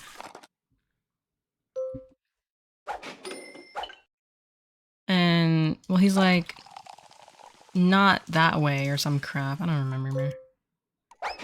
But he's like, you're not exactly like Vecna, but he made the comparison. Like, please. It's basically like saying if Will's gone, then what's stopping Mike and 11 from being together? There's a way of seeing. There's so many ways of seeing that conversation. Can you do this burger? I don't want to do that burger. You see them have affection in season 5? Not really. Not like how they used to be, you know? That's why I think they're done.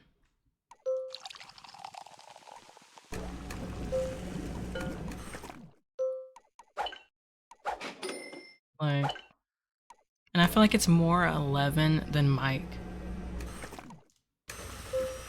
when it comes to their scenes. It's always been that way, I'm gonna be honest. I remember this scene at the end of season 3 when the buyers move out of their house and whoa, Stranger Things has spoilers. Okay, yo! Bro almost got cooked. I mean, I guess this one's not a spoiler unless you haven't watched season 3 for whatever reason. It's a good thing you said something, but also welcome. How you doing?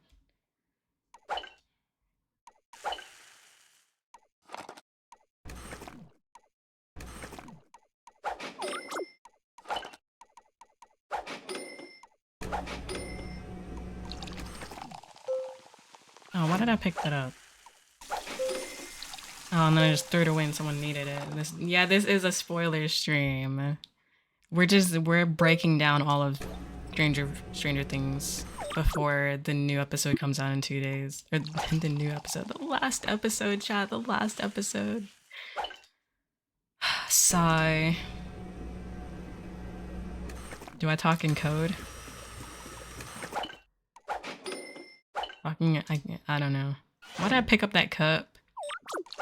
Do not need that cup.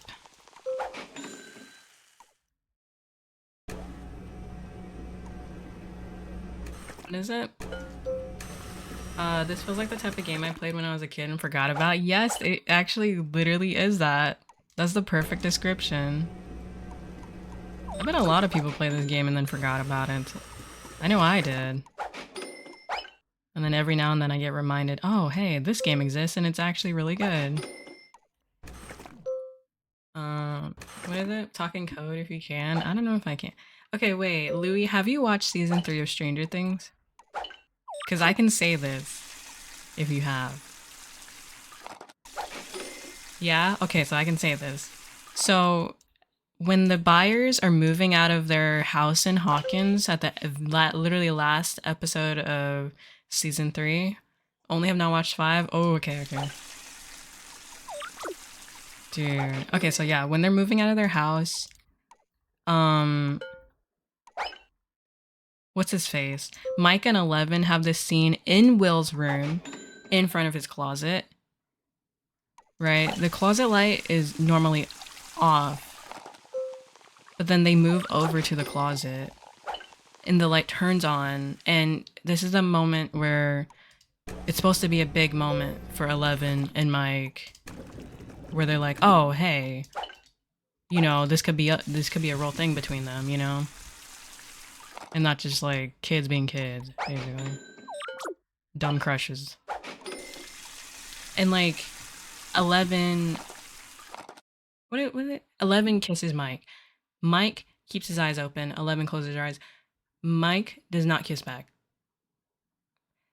Right? And it's really awkward. It is a hard watch, bro.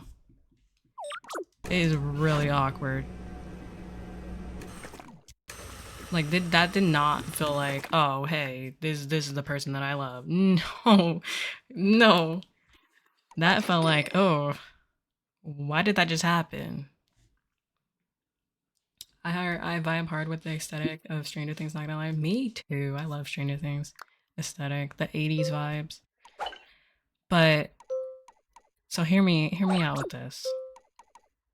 I put too many bacon on that. Dang it. So hear me out with this. Right? When they kiss, the light turns on in the closet. Will's closet, by the way. And then of course he doesn't kiss back. And then it ends. And he's just standing there. He's not happy. And he looks almost confused. Like, what the heck just happened? And it's not like that was a new thing between them. They've been doing that all season. You know? Every single character stated they've been doing that all season. It's nothing new. But in that moment, it's like something changed. It's like he realized something. Hear me out. It's like he realized something. I will die on this hill. In that moment, I think he realized that 11 wasn't it. But, you know, everyone's got their own opinion on how you want to decipher that scene. That was nothing new for him, and then all of a sudden it changed. All of a sudden, quote unquote, as if it wasn't been going on the whole time. But no, he literally looked like he was going under some deep life-changing choices right there. Bruh. Wait, what? Can someone clock that?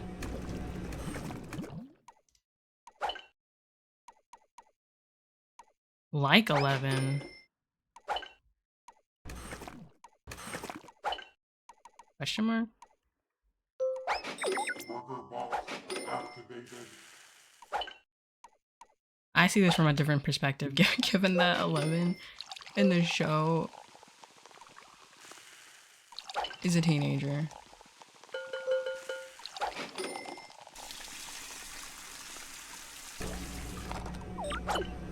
Question mark?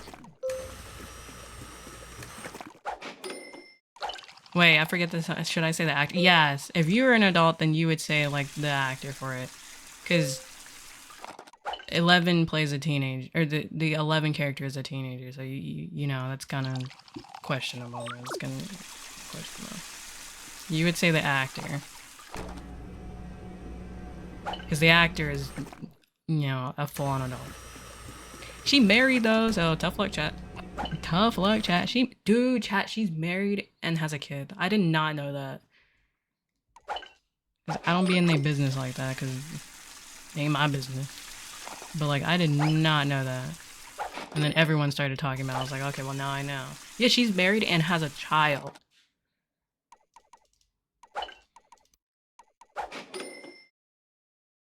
A kid? That's what I'm saying. But yeah, anyways. So Mike looks like he's having a realization. I think Mike realized that, you know, he may not be straight. I'm tired of dancing around it. He realized that he may not be straight. Not saying that he didn't like 11 at some point. Not saying that he didn't. Never. I'm never saying that. But just saying that in that moment, in that kiss, he realized that there's something else. But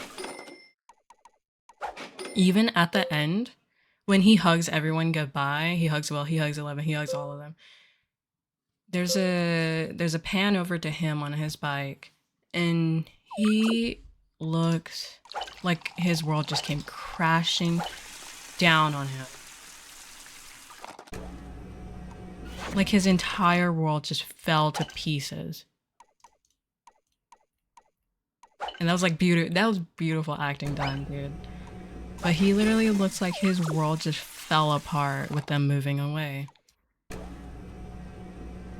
And I really do think he was realizing that he wasn't straight there. I think that he was realizing that, hey, maybe the thing between him and Will is not platonic. Hey, maybe, just maybe, it might not be.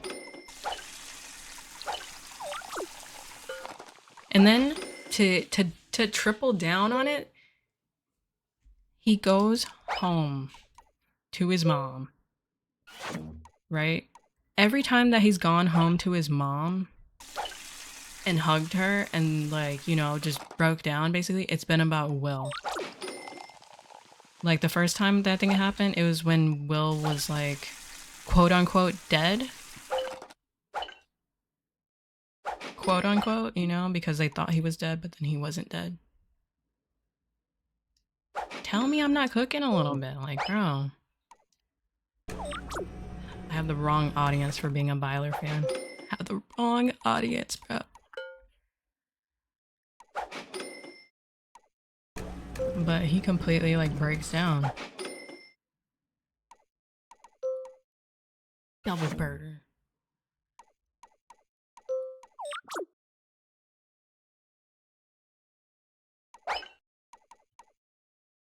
Dang it, I keep double burger. Stupid double burger crap. Here, do this one because I don't feel like doing that one.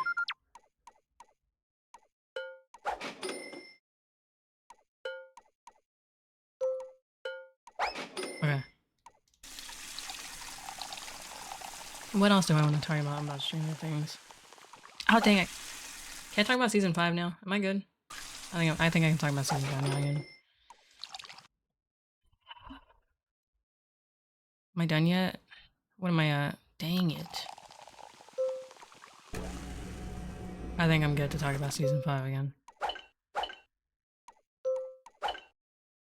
I think someone's gonna sacrifice themselves in the last episode. So, Mike in WSQK or whatever they call it, in the radio station, Mike is talking with Robin how he made a bomb for their plan, and later on, or somewhere in there, it pans over to the bomb that what's his face Hopper had that he was gonna blow himself up with. It pans over to that in the car. And then also when they're talking about the plan, it pans over to certain characters. Pans over to Hopper, pans over to Nancy, pans over to someone else too. I think Robin, question mark? Now, are they the ones that are going to be blown up by the bomb? I mean, the camera panning is never coincidental, so you never know, hey. But what if it's Hopper again? But what if it's also 11 because Callie keeps getting in her mind about dying? Who knows? But someone's definitely using that bomb that Hopper has and that Mike has created to blow themselves up so they can blow up the bridge or whatever they're trying to do, bro. So maybe that will fit their theory of quote unquote goriest death in all of the seasons. No one is going to die. No, literally, I swear I've seen something that said that no one is going to die. I'm just like, let me search that up because that's probably just misinformation that's being spread around. Stranger Things season 5, no one is dying. Question mark? That's a crazy thing. No, I think they just said that it's not gonna be a Game of Thrones Red Wedding ending. You know?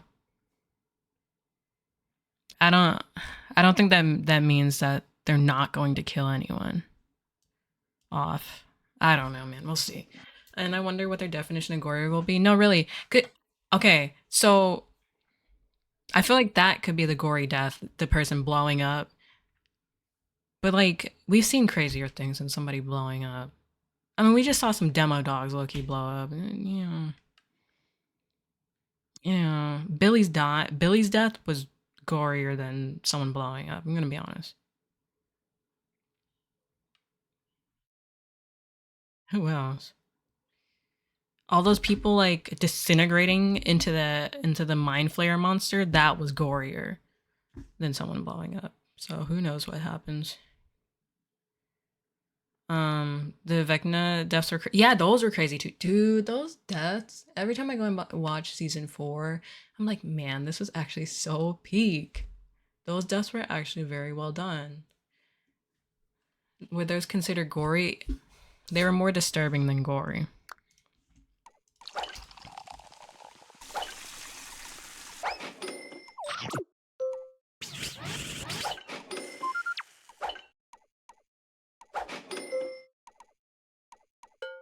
Ads. Here we go with the ads again.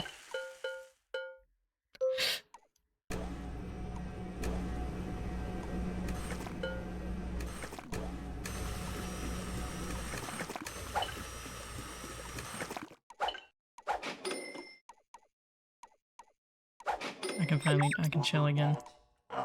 Every time ads go, it's my time to chill. Talking? Yapping? Hurts, bro. I don't talk a lot. When I do, this crap is painful.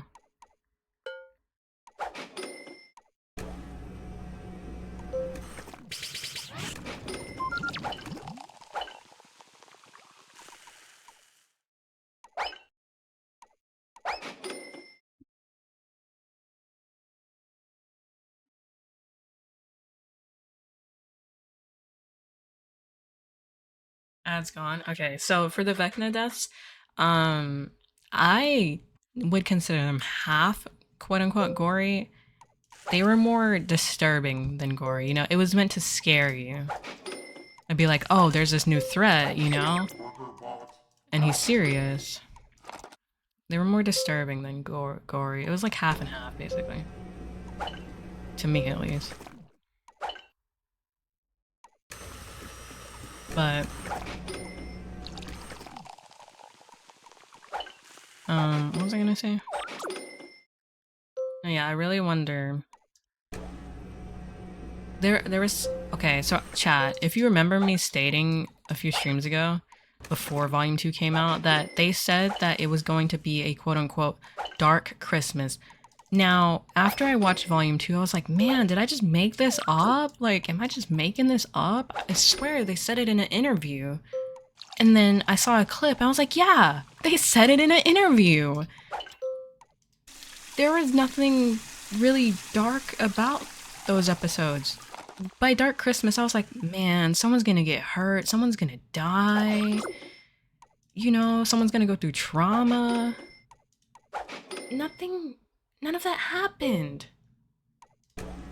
And I'm not saying what Dustin went through with Steve wasn't a dark thing. What Nancy and Jonathan went through with the exotic matter wasn't a quote unquote dark thing. But that was just normal Stranger Things. That wasn't really that crazy. You know, well, it was crazy. It was. I love those scenes, but it wasn't a dark Christmas thing to say. You know, it was just, it was the wrong quote. They used the wrong quote. That's what I'm trying to say. None. Wait, does gory always require always blood? Wait, honestly, that's my real question. And what they view as gory, I don't know. Something they haven't done before is what I would describe it as. Until we actually see it, because it's just gonna be another thing. None of them watched their own show. I feel like they didn't. Like, when I saw that, They said that. The Duffer Brothers, by the way, not just some random person working on the show. The Duffer Brothers. A Dark Christmas. I was like, dang, it's gonna happen. It's finally gonna happen. And no, there's nothing dark about it. Like, it was just the wrong wording and it sent out a false advertising. You know, some of the things that they've been saying have been worded kind of poorly, I would say. And it kind of overhyped for something that actually didn't happen. I think I'm trying to explain that without being a butthole about it. Because they still did a great job, but, you know, they just kind of false advertised a little bit. Got a trophy, let us serve, let us award, serve 100 salads. And then they said that, I think they said New Year's Eve was going to be like an emotional New Year's Eve or something. It was something like that. That might not be the direct quote. I know the Dark Christmas one is a direct quote, though. That thing is burned into my mind. But, yeah, something like that about New Year's Eve being emotional or something. Which, yeah, you know, it's a given because the show is ending, so I didn't really take that one to be a crazy little spoiler that they were doing. That one was just whatever. That's a given. The show's ending. It's been 10 years. It's gonna be emotional. So, that one's whatever.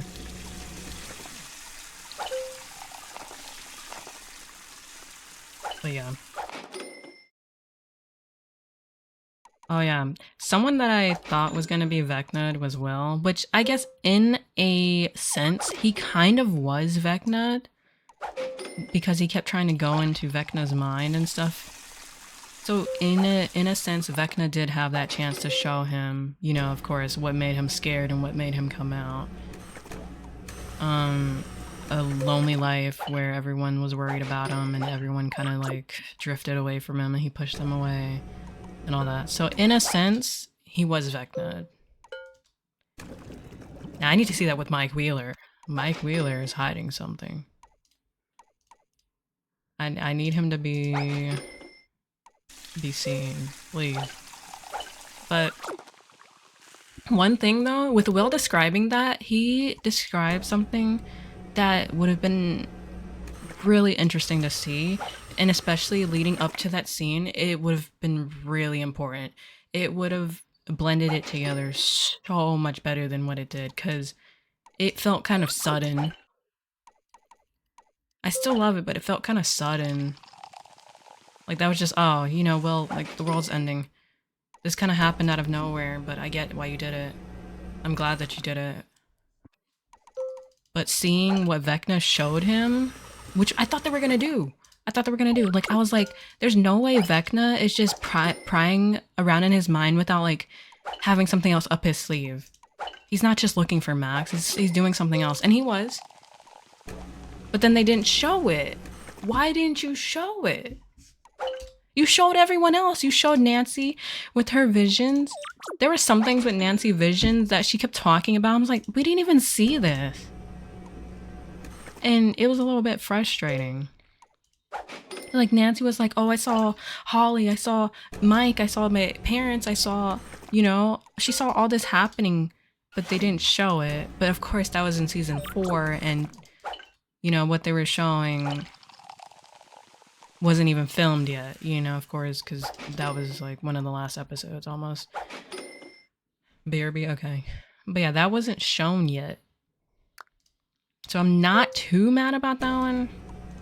But with the whole Will thing, I'm like, you know this is last season, you know there's no more filming being done. Why didn't you film that? It would have been perfect. A little bit upsetting.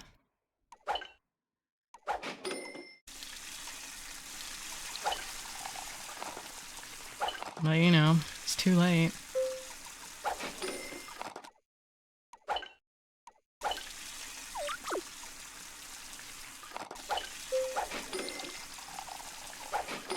But despite me saying all this, the season 5 hate is feeling a little bit forced right now. Just a little bit. Some of it is like understandable, like yeah, okay.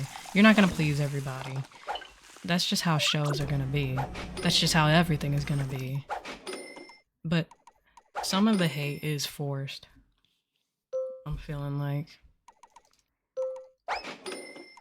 despite me saying what I be saying, I'm not sitting here hating on it, but it's like a genuine critique. I'm just like, hey, something could have been done there, but I guess it just didn't come up. It happens. It happens. I mean, like, I could say the same thing about The Walking Dead. There was this character in The Walking Dead, that they were building up, and one scene led to another, and then he just disappeared, and they never explained what happened to him. What was his name? It was Heath. Heath. He wasn't that important of a character, but he was also shown on the screen a lot during these seasons, and he got separated from one of the other main characters, and it's just like she was looking for him, she never found him, and then they never talked about him ever again. Like these things happens all the time. These little moments. Whatever.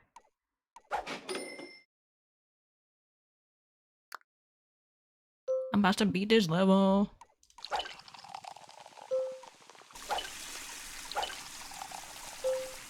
But yeah, no, I literally had to Google that thing about Heath. I was like, yo, after I finished the show, because I didn't want no spoilers in case he actually came back, and that's what they were doing. They were just like building a little bit of a silent suspense. And be like, oh, hey, remember this character? Now here they are, because that happens all the time. But after I finished the show, I was like, huh, he never showed up again. What happened to him? And then I had to Google him and be like, oh, he kind of just, did his own thing. Like, what? He got away and did his own thing or something like that, man. It was something that was like very unsatisfying. That's just like, bro, you could have said it, could have showed it. It's like with the other Walking Dead series, but the game, the Telltale Walking Dead, at the end, or not that end, but in one of the things, you have to leave Kenny, or you can go with Kenny. If you go with Kenny, Kenny dies in a car crash or some crap. I don't know, man. But if you leave Kenny, then he quote unquote doesn't die, but you just, he just kind of disappears into thin air. You just assume he's like doing his own thing, or he eventually just, dies off screen or something. That was never said. It's just up to interpretation, basically. And I'm not a fan of up to interpretation. But that's how it be. Sometimes you just don't get to know. You just get to figure it out for yourself.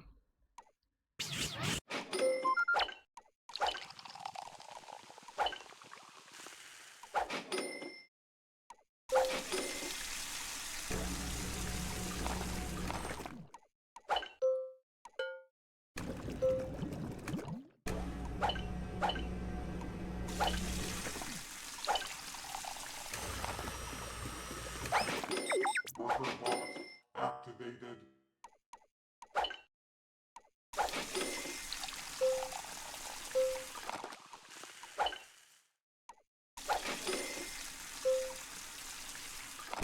Also, what? I broke it. Also, what the heck happened between that 18-month time jump gap question mark between season 4 and 5, that 18-month gap, where Will goes from crying in the van scene to how obvious. He goes from completely giving up, on Mike to, how obvious all their signals. Like what? What happened in that little gap? What? Cause you just don't like wake up one day and be like, man, there's hope again for that. After being shot down, basically, about it. Like something happened. That or I hate to say it, bad writing. That or bad writing. Which I hope not. I hope that's, touched on somewhere, hopefully. And then another thing that bothers me what is it called? In season 4, advancing again, of course. Um, Will has that painting that he painted for Mike, but when Eleven wrote Mike the letter about the painting, she said that she thought it was for a girl that he liked and that he'd been painting all the time to make it, to give it to her. Of course, he gives this painting to Mike. So Mike, Mike kind of knows something, question mark. But he's so clueless, so it's just like, I don't think he does. But when Will was telling that story about the painting to Mike to get him to like basically wake up and be a leader again, be the heart, lock in. Also, notice how Mike always locks in when Will needs him to. I've always noticed that. But Will always gets him in check. It's so funny. Like ignoring the Byler stuff, it's so funny. But what's the word? Oh heck no, I'm not doing that order. When Will is telling that story about the painting to Mike, he's lying to him in a way. He's half telling truth. Because he's like, oh, well, Elle, basically commissioned this painting. It was her idea and I just painted it. He lied. She didn't commission the painting. That painting was all his idea and only his. Right? And apparently in an interview, one of the actors said that, yeah, that painting, it comes back and it plays off in the end. Is it actually gonna? Are they gonna tie it together? Did they forget? Is it actually gonna pay off in the end? And like, I hope it does.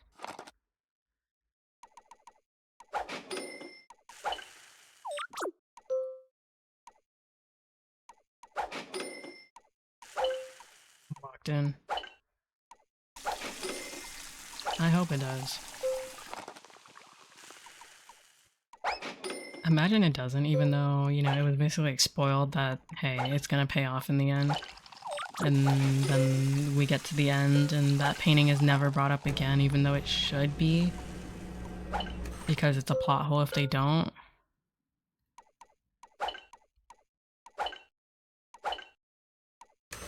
But Will was basically expressing his feelings, but putting it in the line of Elle.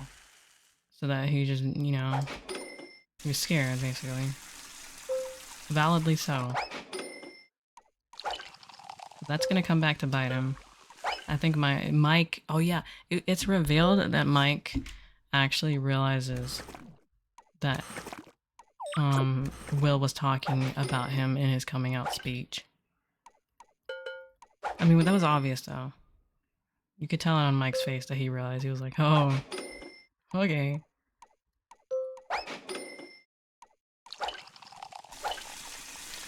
But yeah.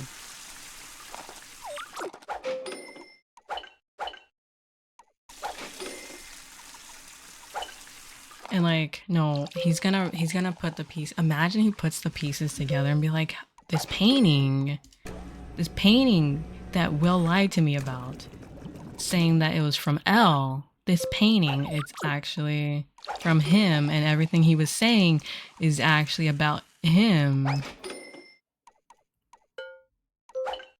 He's gonna put it together. He's a smart character, but he's also clueless at the same time, and it's so frustrating sometimes, but it's so interesting.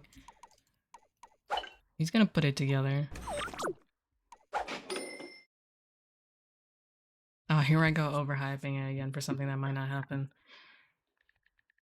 One can only hope, though.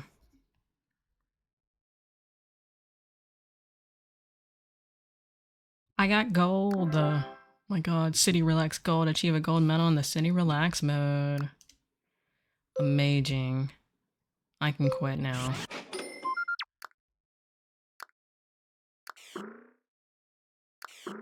We've got 3.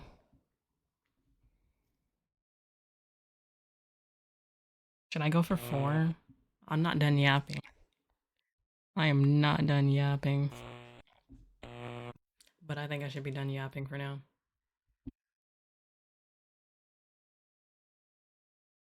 Right, so if I did 3 today, then I can do 3 next time, and then do 2 of these next time, and then do some story mode to get like stars.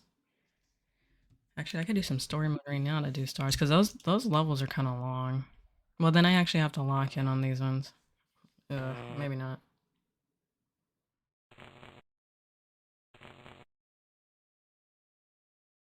Dude, nah. Oh, why did I just press replay?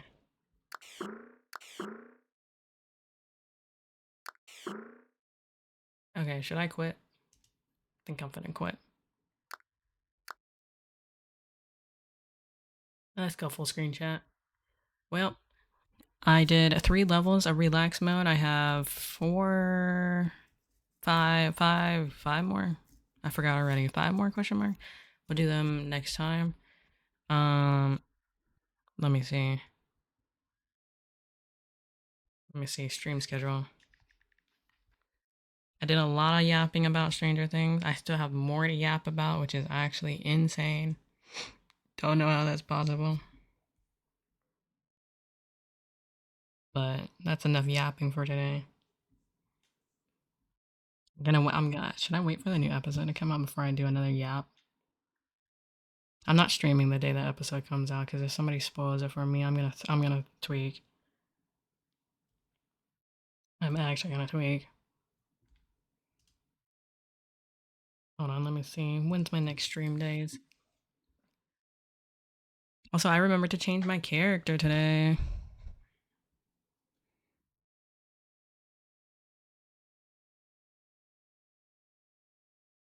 Oh wow.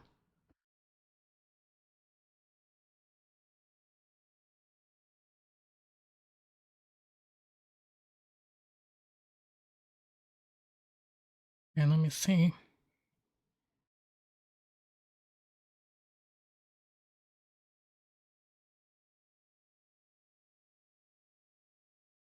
Okay, so chat Tuesday. Should I stream on Tuesday? Yeah. Okay, so normally I stream on Wednesday, but Wednesday stream is canceled because I'm watching Stranger Things, of course. Um, so we're gonna move Wednesday stream to Tuesday, and then no stream Thursday per usual. Friday stream's canceled. Saturday stream canceled. Chad, we're cooked. We're cooked. I actually might stream Thursday since I have to cancel Friday and Saturday, and Sunday as well. So we'll see. We'll see. So yeah, we'll probably do Tuesday and Thursday streams this week. I am back. Welcome back. I'm about to end the stream.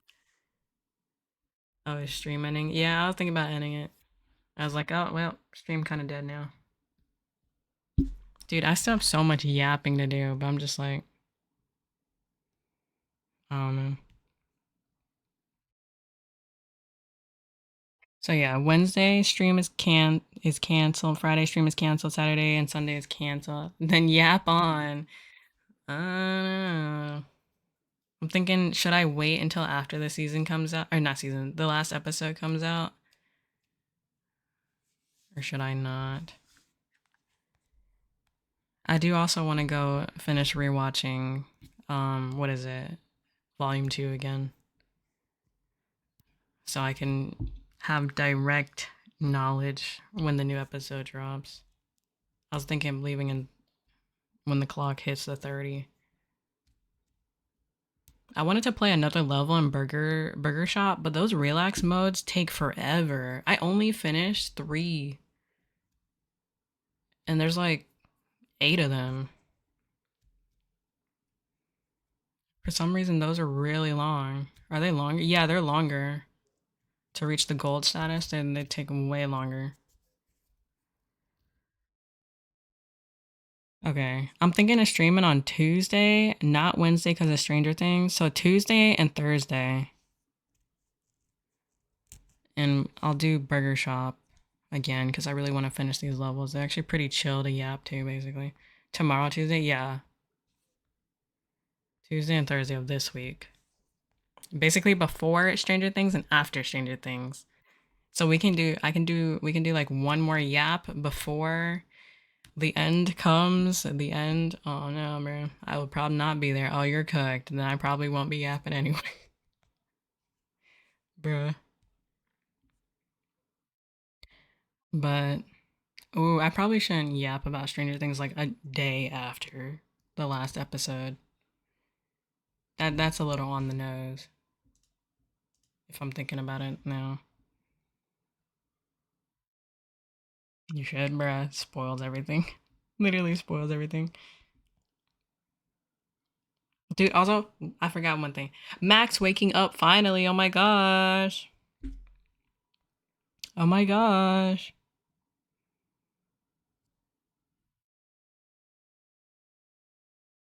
What is it? Matter of fact, make TikToks the minute it drops, bruh.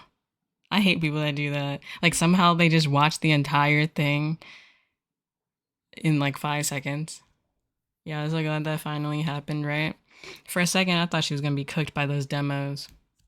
I really thought that someone was gonna die in the elevator. Like Lucas and Max were both gonna get cooked by those demogorgons in the elevator.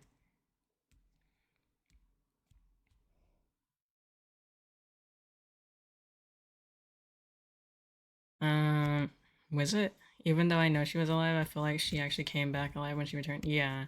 I mean, like, if her physical body died in the real world, then her soul would have died, just like Chrissy and uh, Ben and the other guy. So, and then if her soul died on the inside in there somehow, then what's it called? Then I guess her coma would have ended and she would have flatlined. Right. Even though she says that nothing can hurt you in his mind, that is such a lie. We see that from Will. That that is such a lie. Here I go yapping again. Also, can we talk about how Max was in there for 2 years and Holly gets it done in like 3 days? That is so funny to me. Holly gets helps her get out in 3 days. That's salt to the wound. I know a part of her is like, dang, bro, I just got bested by a 12-year-old.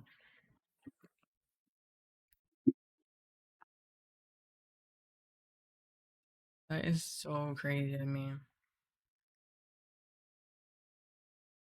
Am I missing it? Wait. One more. Here I go. One more.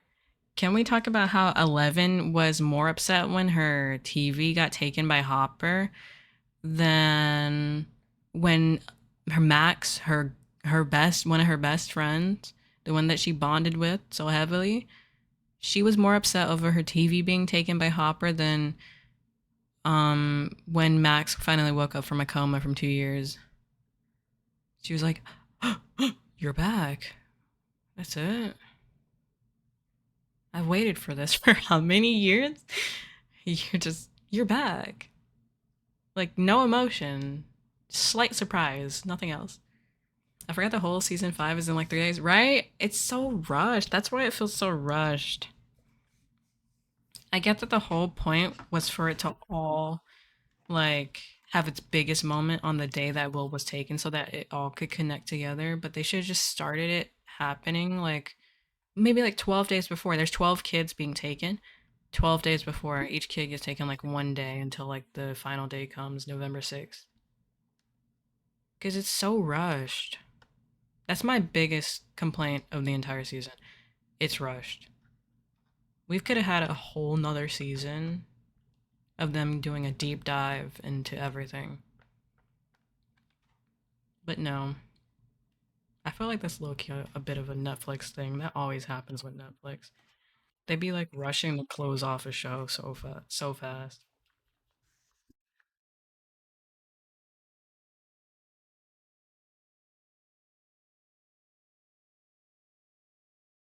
I was gonna say something else. I was gonna cook one more time before I go.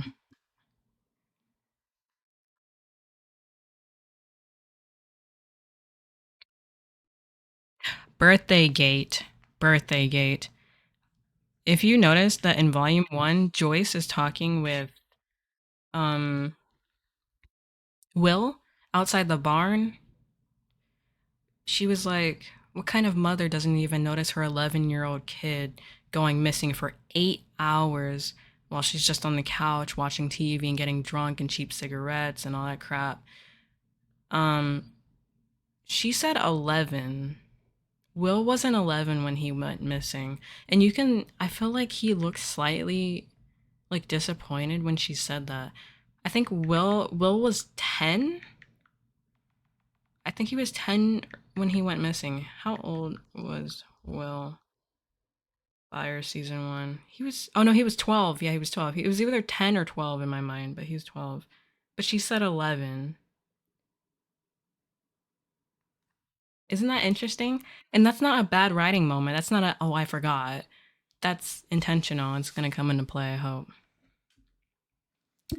And then if you look in the earlier seasons in Will's room on his like whole like art wall and all that stuff, there's birthday cards that's just like, oh, sorry, I forgot your birthday, card. Also, season 4, March 22nd, that's his birthday, by the way. He shares the same birthday with Vecna. Just putting that out there. March 22nd, Will and Vecna. But when, what's her face? I forgot her name. When 11 is getting bullied at the Rinkomania, uh, and the guys are filming it on their recorder, the date says March 22nd. So that day that Will was being all moody and Mike and Will have that fight and Mike actually gets there for the first time in like forever seeing each other.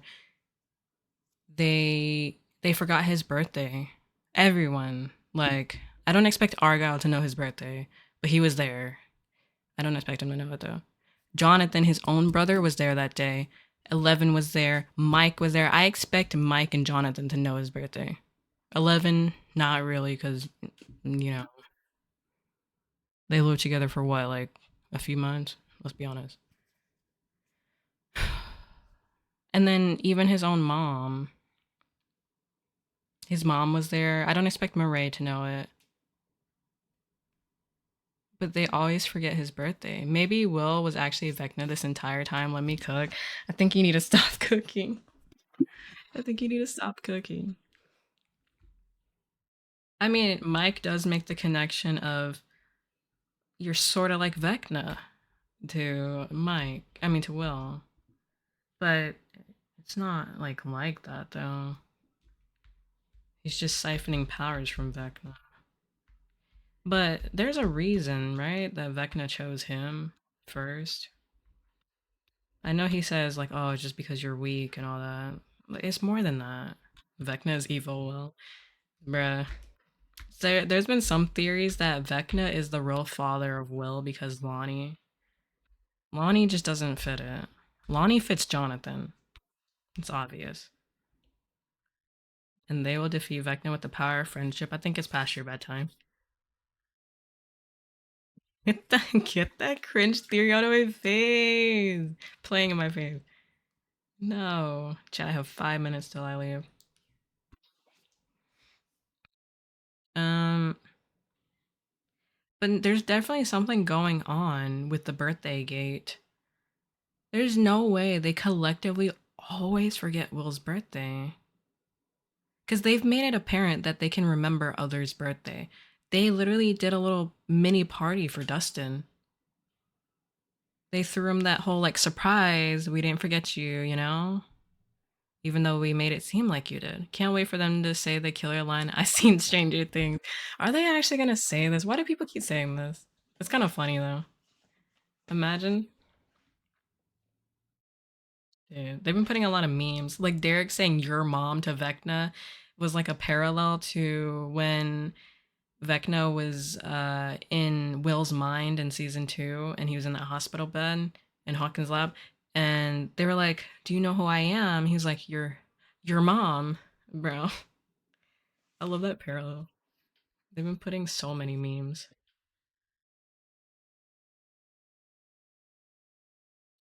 But I wonder what is up with the birthday thing. It's intentional too, because they always post about it and they even make merch about it. Netflix, it's intentional. It's not just bad writing. It's gotta come into play. There's so many little things and they need to be answered. And what about that play with Vecna that said all of like the parents' names on them? They're all connected. That still hasn't come into play yet. And I feel like it's gonna be rushed because there's so many things that haven't come into play, and it's just like I'm scared. I'm scared. A rushed ending will ruin the whole 10 years that they put into it. It's the fact that they had so many years to work on this season too, and I found out that I mean I already knew, but a few weeks before Volume 2 came out, they were still editing it. That was so surprising to me. I'm just like, you had all these years. I thought you were done months ago. What do you mean you were still editing them? The episodes. And also, Holly is shown with a Under Armour long sleeve shirt. Under Armour didn't come into play into real life until 1996. They're in the 1980s, 1987. Like,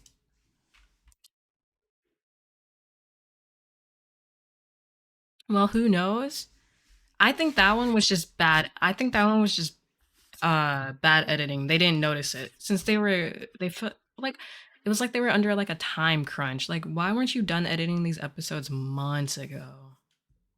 Or why didn't you just delay this? You delayed it before, just delay it again to make sure it's right. But Under Armour, yeah, Under Armour didn't come into play into the real world until 1996. I was right. Okay. Different timeline? Well, who knows? That's so weird. Ads. Bro.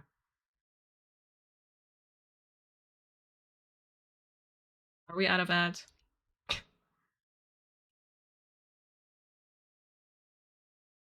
No, I don't think that worked. Wish I could just like close ads, bro. I swear there was a way, but I just don't remember. Well, I got 1 minute anyway. I guess it don't matter.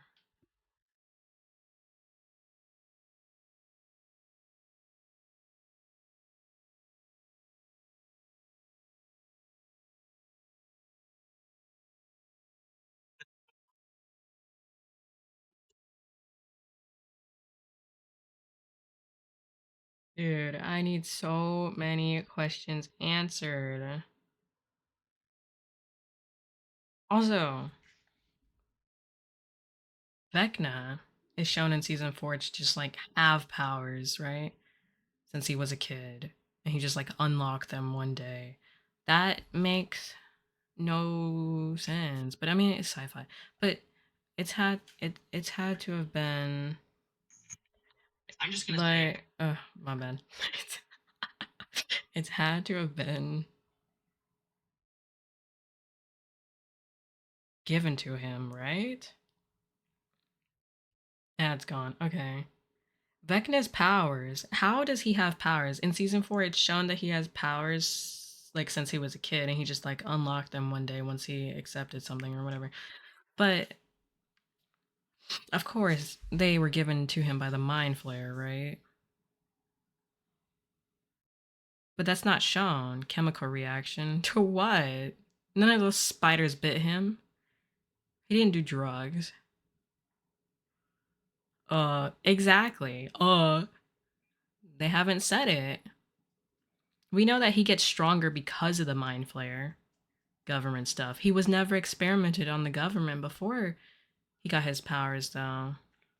He lived a very normal childhood. He was just crazy, unfortunately. That's definitely coming into play. How he originally even got his powers, because I know he was just born with them. Yeah, he was gifted them, bro.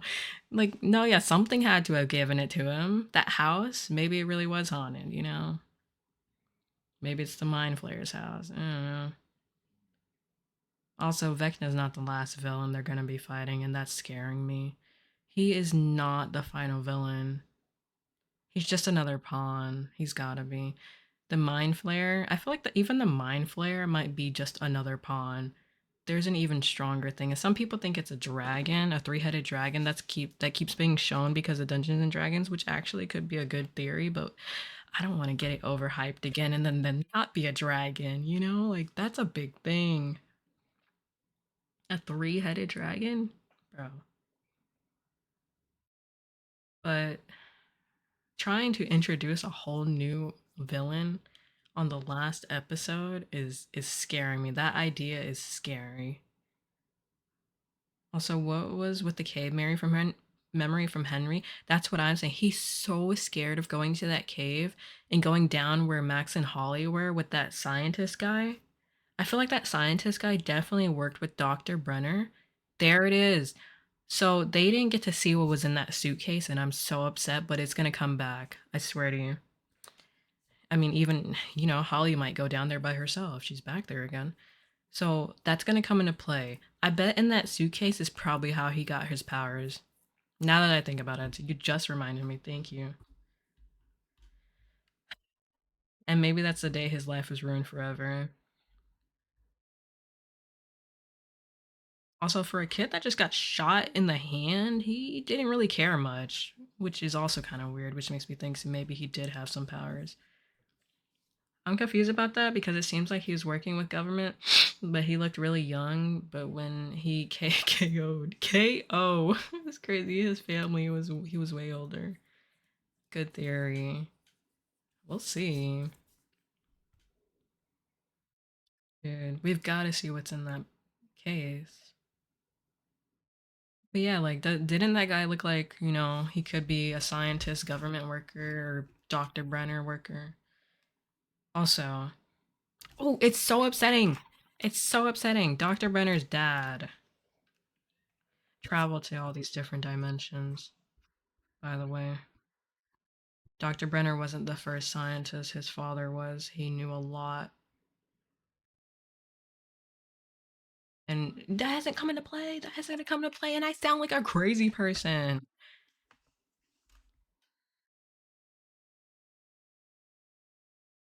Also, do we think Dr. Brenner's really dead? It seems like every time he just about dies, he comes back and he looks almost fully healed. It's like he has some type of immortality or some type of power of his own. He's gonna come back just to die again, right? To take a final death. Yo.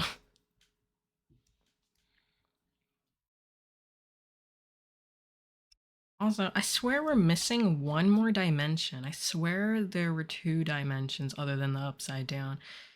But I'm not too sure because, I haven't seen the play myself, of course. So I'm just going off of the few things that I've seen.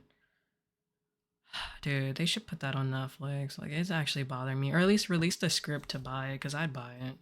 I was actually thinking about buying the season one script that they have in book form. I think they have season two, three, and four as well. I can't wait for season five. Still upset about Owen's quote unquote death, but he didn't die though. They never showed him dying. That lab that they had under there, that didn't blow up or anything. The government just invaded it, quote unquote. He's not dead. If they said that he's dead, why would they sit here and spoil that and not show it? They keep spoiling a lot. Now that I think about it, or alive, not confirmed. He's definitely alive. Because I doubt that the government would kill him. He's got too much information that they need to know. So they're probably got him locked up somewhere. Same with that other government guy. There was two government workers that were supposed to protect Mike, Will, and Jonathan in their house. One of them died, of course, and the other one got captured. And then he finally spilled the beans and be like, "Oh, please don't kill 11," you know? And then they never showed him again. They didn't kill him because they finally got the information. So what they do with him? They just sent him on his way? I doubt that. They all did. No, imagine. They're just like, oh, there's too many characters to write an ND for. Let's just kill them off screen between those 18 months. Like, bruh. But apparently, in an interview, Noah Schnapp, the actor for Will, has said that the ending, once you like see it, you won't have any more questions. I feel like that just can't be true.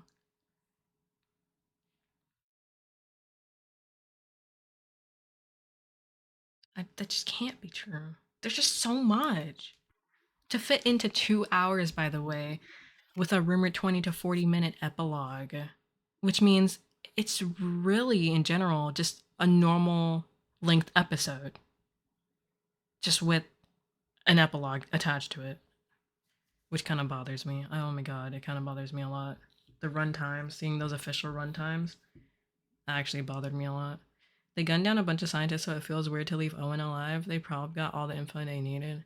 But they would show his death or something, or like, something. They would show a hint about what happened to him, even if they don't show him.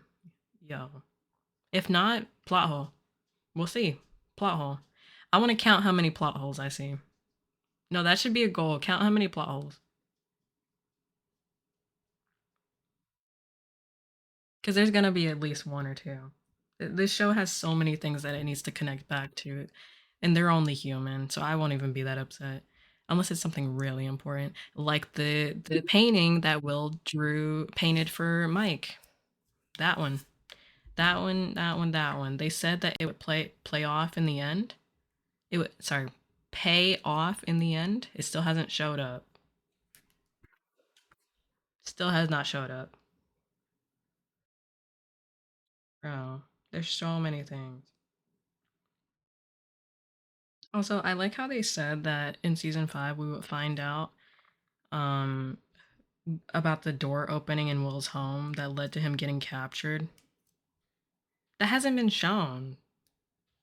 I guess that's more of a thing for a finale though. If I'm being honest, now that I think about it. That fits the finale. Them like tying it into a circle. It's definitely Vecna though. I think they said it was Vecna. They spoiled it. They've been spoiling a lot now that I think about it. Yo, season 4 final 2 episodes are longer than the season final 2 episodes. That's no bueno. That's what I'm saying. See, when I saw the official run times, I was like, there's no way. That's not enough time. And that's why volume 2 feels like it's missing so many pieces. That's why it just feels like it's missing so many pieces. Because they just been like, it's kind of like when you're playing a video game and you're just like, man, I don't want to watch this little cutscene. Skip. That's what it feels like right now. That is the number one thing that's been bothering me. It's rushed. It's cooked. Get cooked. I was so excited when I saw the first leaked runtimes. Right, there those were just rumors. I saw those too. I was like, oh wait, these are actually pretty good. They have time. And then they were like, no, guys, those are fake. I was like, oh, here's the real ones. I was like, oh, these are disappointing. First leaked runtimes just to find out a few days later the real runtimes were much smaller. Yep. And even watching the episodes, they feel, of course, the episodes are normal length episodes, but for a finale, you want them to be longer, so you can finally get everything done without rushing it too bad. And watching the episodes, I would pause, right, to go like get a snack or something, and then I would look at the time. I'm like, what do you mean we're like 3/4 through the episode? It just started. They have so much. What do you mean it's about to end? That's what I kept feeling while watching it. Like they're doing so much, bro. But yeah, I need to head out, chat. That the runtimes bother me. I wish at least like the finale itself was much longer than 2 hours, because you're gonna wrap up 10 years worth of lore in 10 hours. I wish in 2 hours. 30, yes, in a 30-minute outro. The rumored was like 20 to 40 minutes. I was like, okay, so when you cut out the 20 to 40 minute epilogue scene, right? That means the actual runtime of the episode is basically just a regular episode, if you really think about it, just with the extra few minutes, you know? So that bothered me. Yeah. And I hate how they keep spoiling who's in the epilogue. That basically spoils who survives. Because why was I spoiled that Will was going to be in the epilogue before even seeing volume 2? Why did they say that? Bro, because like he was looking like an obvious death. But you know what? I feel like a lot of shows sometimes they say things and then do another. Just, shock value and all. So you never know. Maybe it's different. Maybe it'll be different. And then there's been like clips of certain characters, but I feel like those could be fake. So you get spoiled, and now I must too. I don't even know where that came from, though. I'm gonna be honest. I keep seeing that they say like Will's gonna be in the epilogue. I'm gonna be honest. They're all gonna be in the epilogue.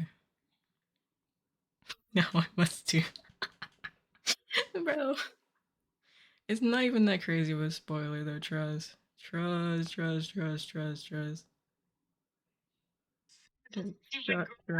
Don't mind me. Trust. Every time I open up my phone, it's Stranger Things just being thrown in my face. I don't want him to, but he has to, I think. What, die or survive? I feel like with the things that Callie are saying, um, it makes it look like he's going to die along with Elle and Callie and anyone else who has powers. Which means that Holly would die, Derek would die, all those kids would die because they're being given mind flare powers. Even though Holly spit it out, we know with Will that just doesn't work. It's always going to be in you, a little bit of it. It's interesting. Ty with a capital D, bruh. I don't know. We'll see. Honestly, I feel like there's a lot of fake outs going around. They'll be like, oh, this character's going to live because we have this picture of them on set. Um, okay. How do you know that they're not just gonna do like a time backwards to see what happened during those like lost 18 months? How do you know that they're not doing like a what if scene, Like how do you know that? That's why I'm like iffy with the Will thing. I'm like, how do you know that? What if he's just seeing like something Vecna's showing him? It's all these things. It's just like why do you assume? There's a billion and one ways. All the kids expect delightful Derek and Holly, except delightful Derek and Holly too, I suppose, should die. Accept them, but they have the mind flare powers in them now. They're cooks, bro. But I don't think they're gonna die. I'm be honest. I don't think they're gonna die. It's just not looking like it. I was like, can we talk about walk 'em down Wheeler? Holly having her walk 'em down Wheeler moment on her own best friend, smacking her with the boombox. That was crazy. That was on par with Dustin throwing a Rubik's cube at Steve's face all of a sudden. Like those were equal in shock value for me. That was funny. She was like, I don't care anymore. But also, why did they all jump her at the end though? Why are they jumping her like that? Bro, all of them too. Not even just one or two of them. All of them was like, "Yeah, girl, you need to go sit at this table and be abused by these powers, bro." Like that was crazy. I kind of don't like how she just gave up so quick after that. No, literally. I'm just like, your mama did not teach you this. That was the Ted in her. Yo, that was the Ted Wheeler in her. Feels out of place and rushed. Yep, exactly, because they are rushing it. They had so many years to work on this. And I would have gave him 5 more, bro. I'll be honest, I would have given him 5 more years if they really needed the time. so that they can make this like full fledged out and perfect. I mean, well, nothing's perfect, but you know, you get it. So if we get it, we're getting it 5 years. Okay, well, it's an exaggeration, but it's just to say that you know, if they needed more time to work on it, they should have just said that. Ad, bro.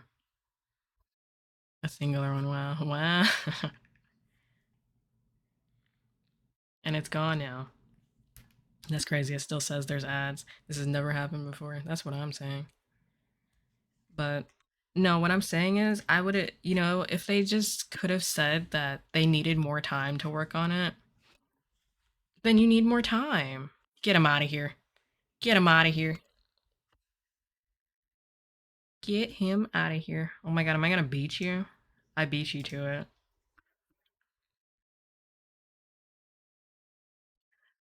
But like hearing that they were still editing volume 2 right after volume 1 had came out, that didn't feel right.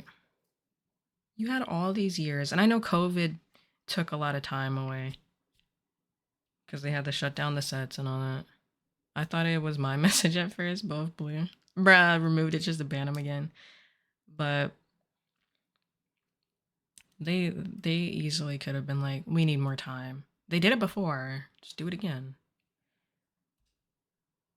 Bruh, it's like with GTA. Everyone's expecting GTA 6 to be this big game, and they know the pressure is on their shoulders to outdo GTA 5 and all the other games that'll be coming out. And you know what they did?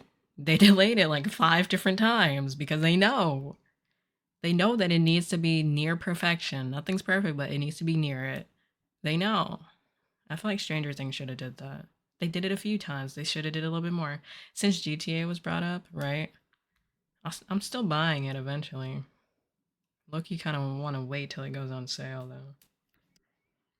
Thought on Ubisoft hacked? I ain't even know about this. Oh my god. What?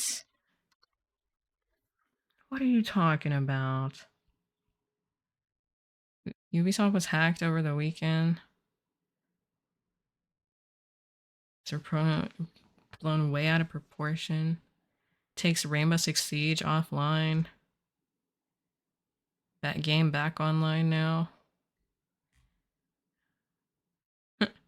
What? Why does Ubisoft even still exist? Who uses this crap? Bro,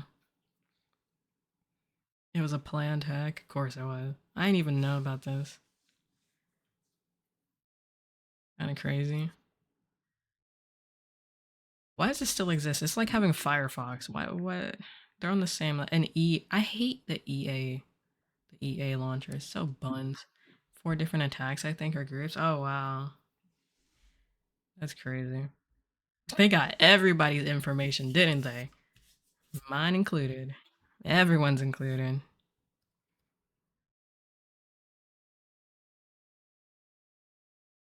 They definitely got everyone's information, bro. That's cooked. Up chat. Costed them trillions, apparently. Oh yeah, they're so good. Or billions. That's crazy. Regardless, who cares, bruh? Bruh.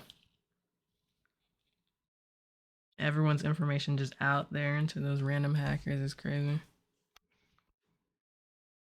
What chat? I'm gonna be headed out. I'll probably stream tomorrow since Wednesdays is canceled. We'll see. I'll probably be playing Burger Shop, hopefully. But yeah. And then on Thursday I'll be streaming since the other streams are canceled. I don't know what game I'll be playing. Maybe Burger Shop, maybe something else. We'll see. Anyway, chat, I'm gonna head out. Thank you so much for watching. I will see you guys next time.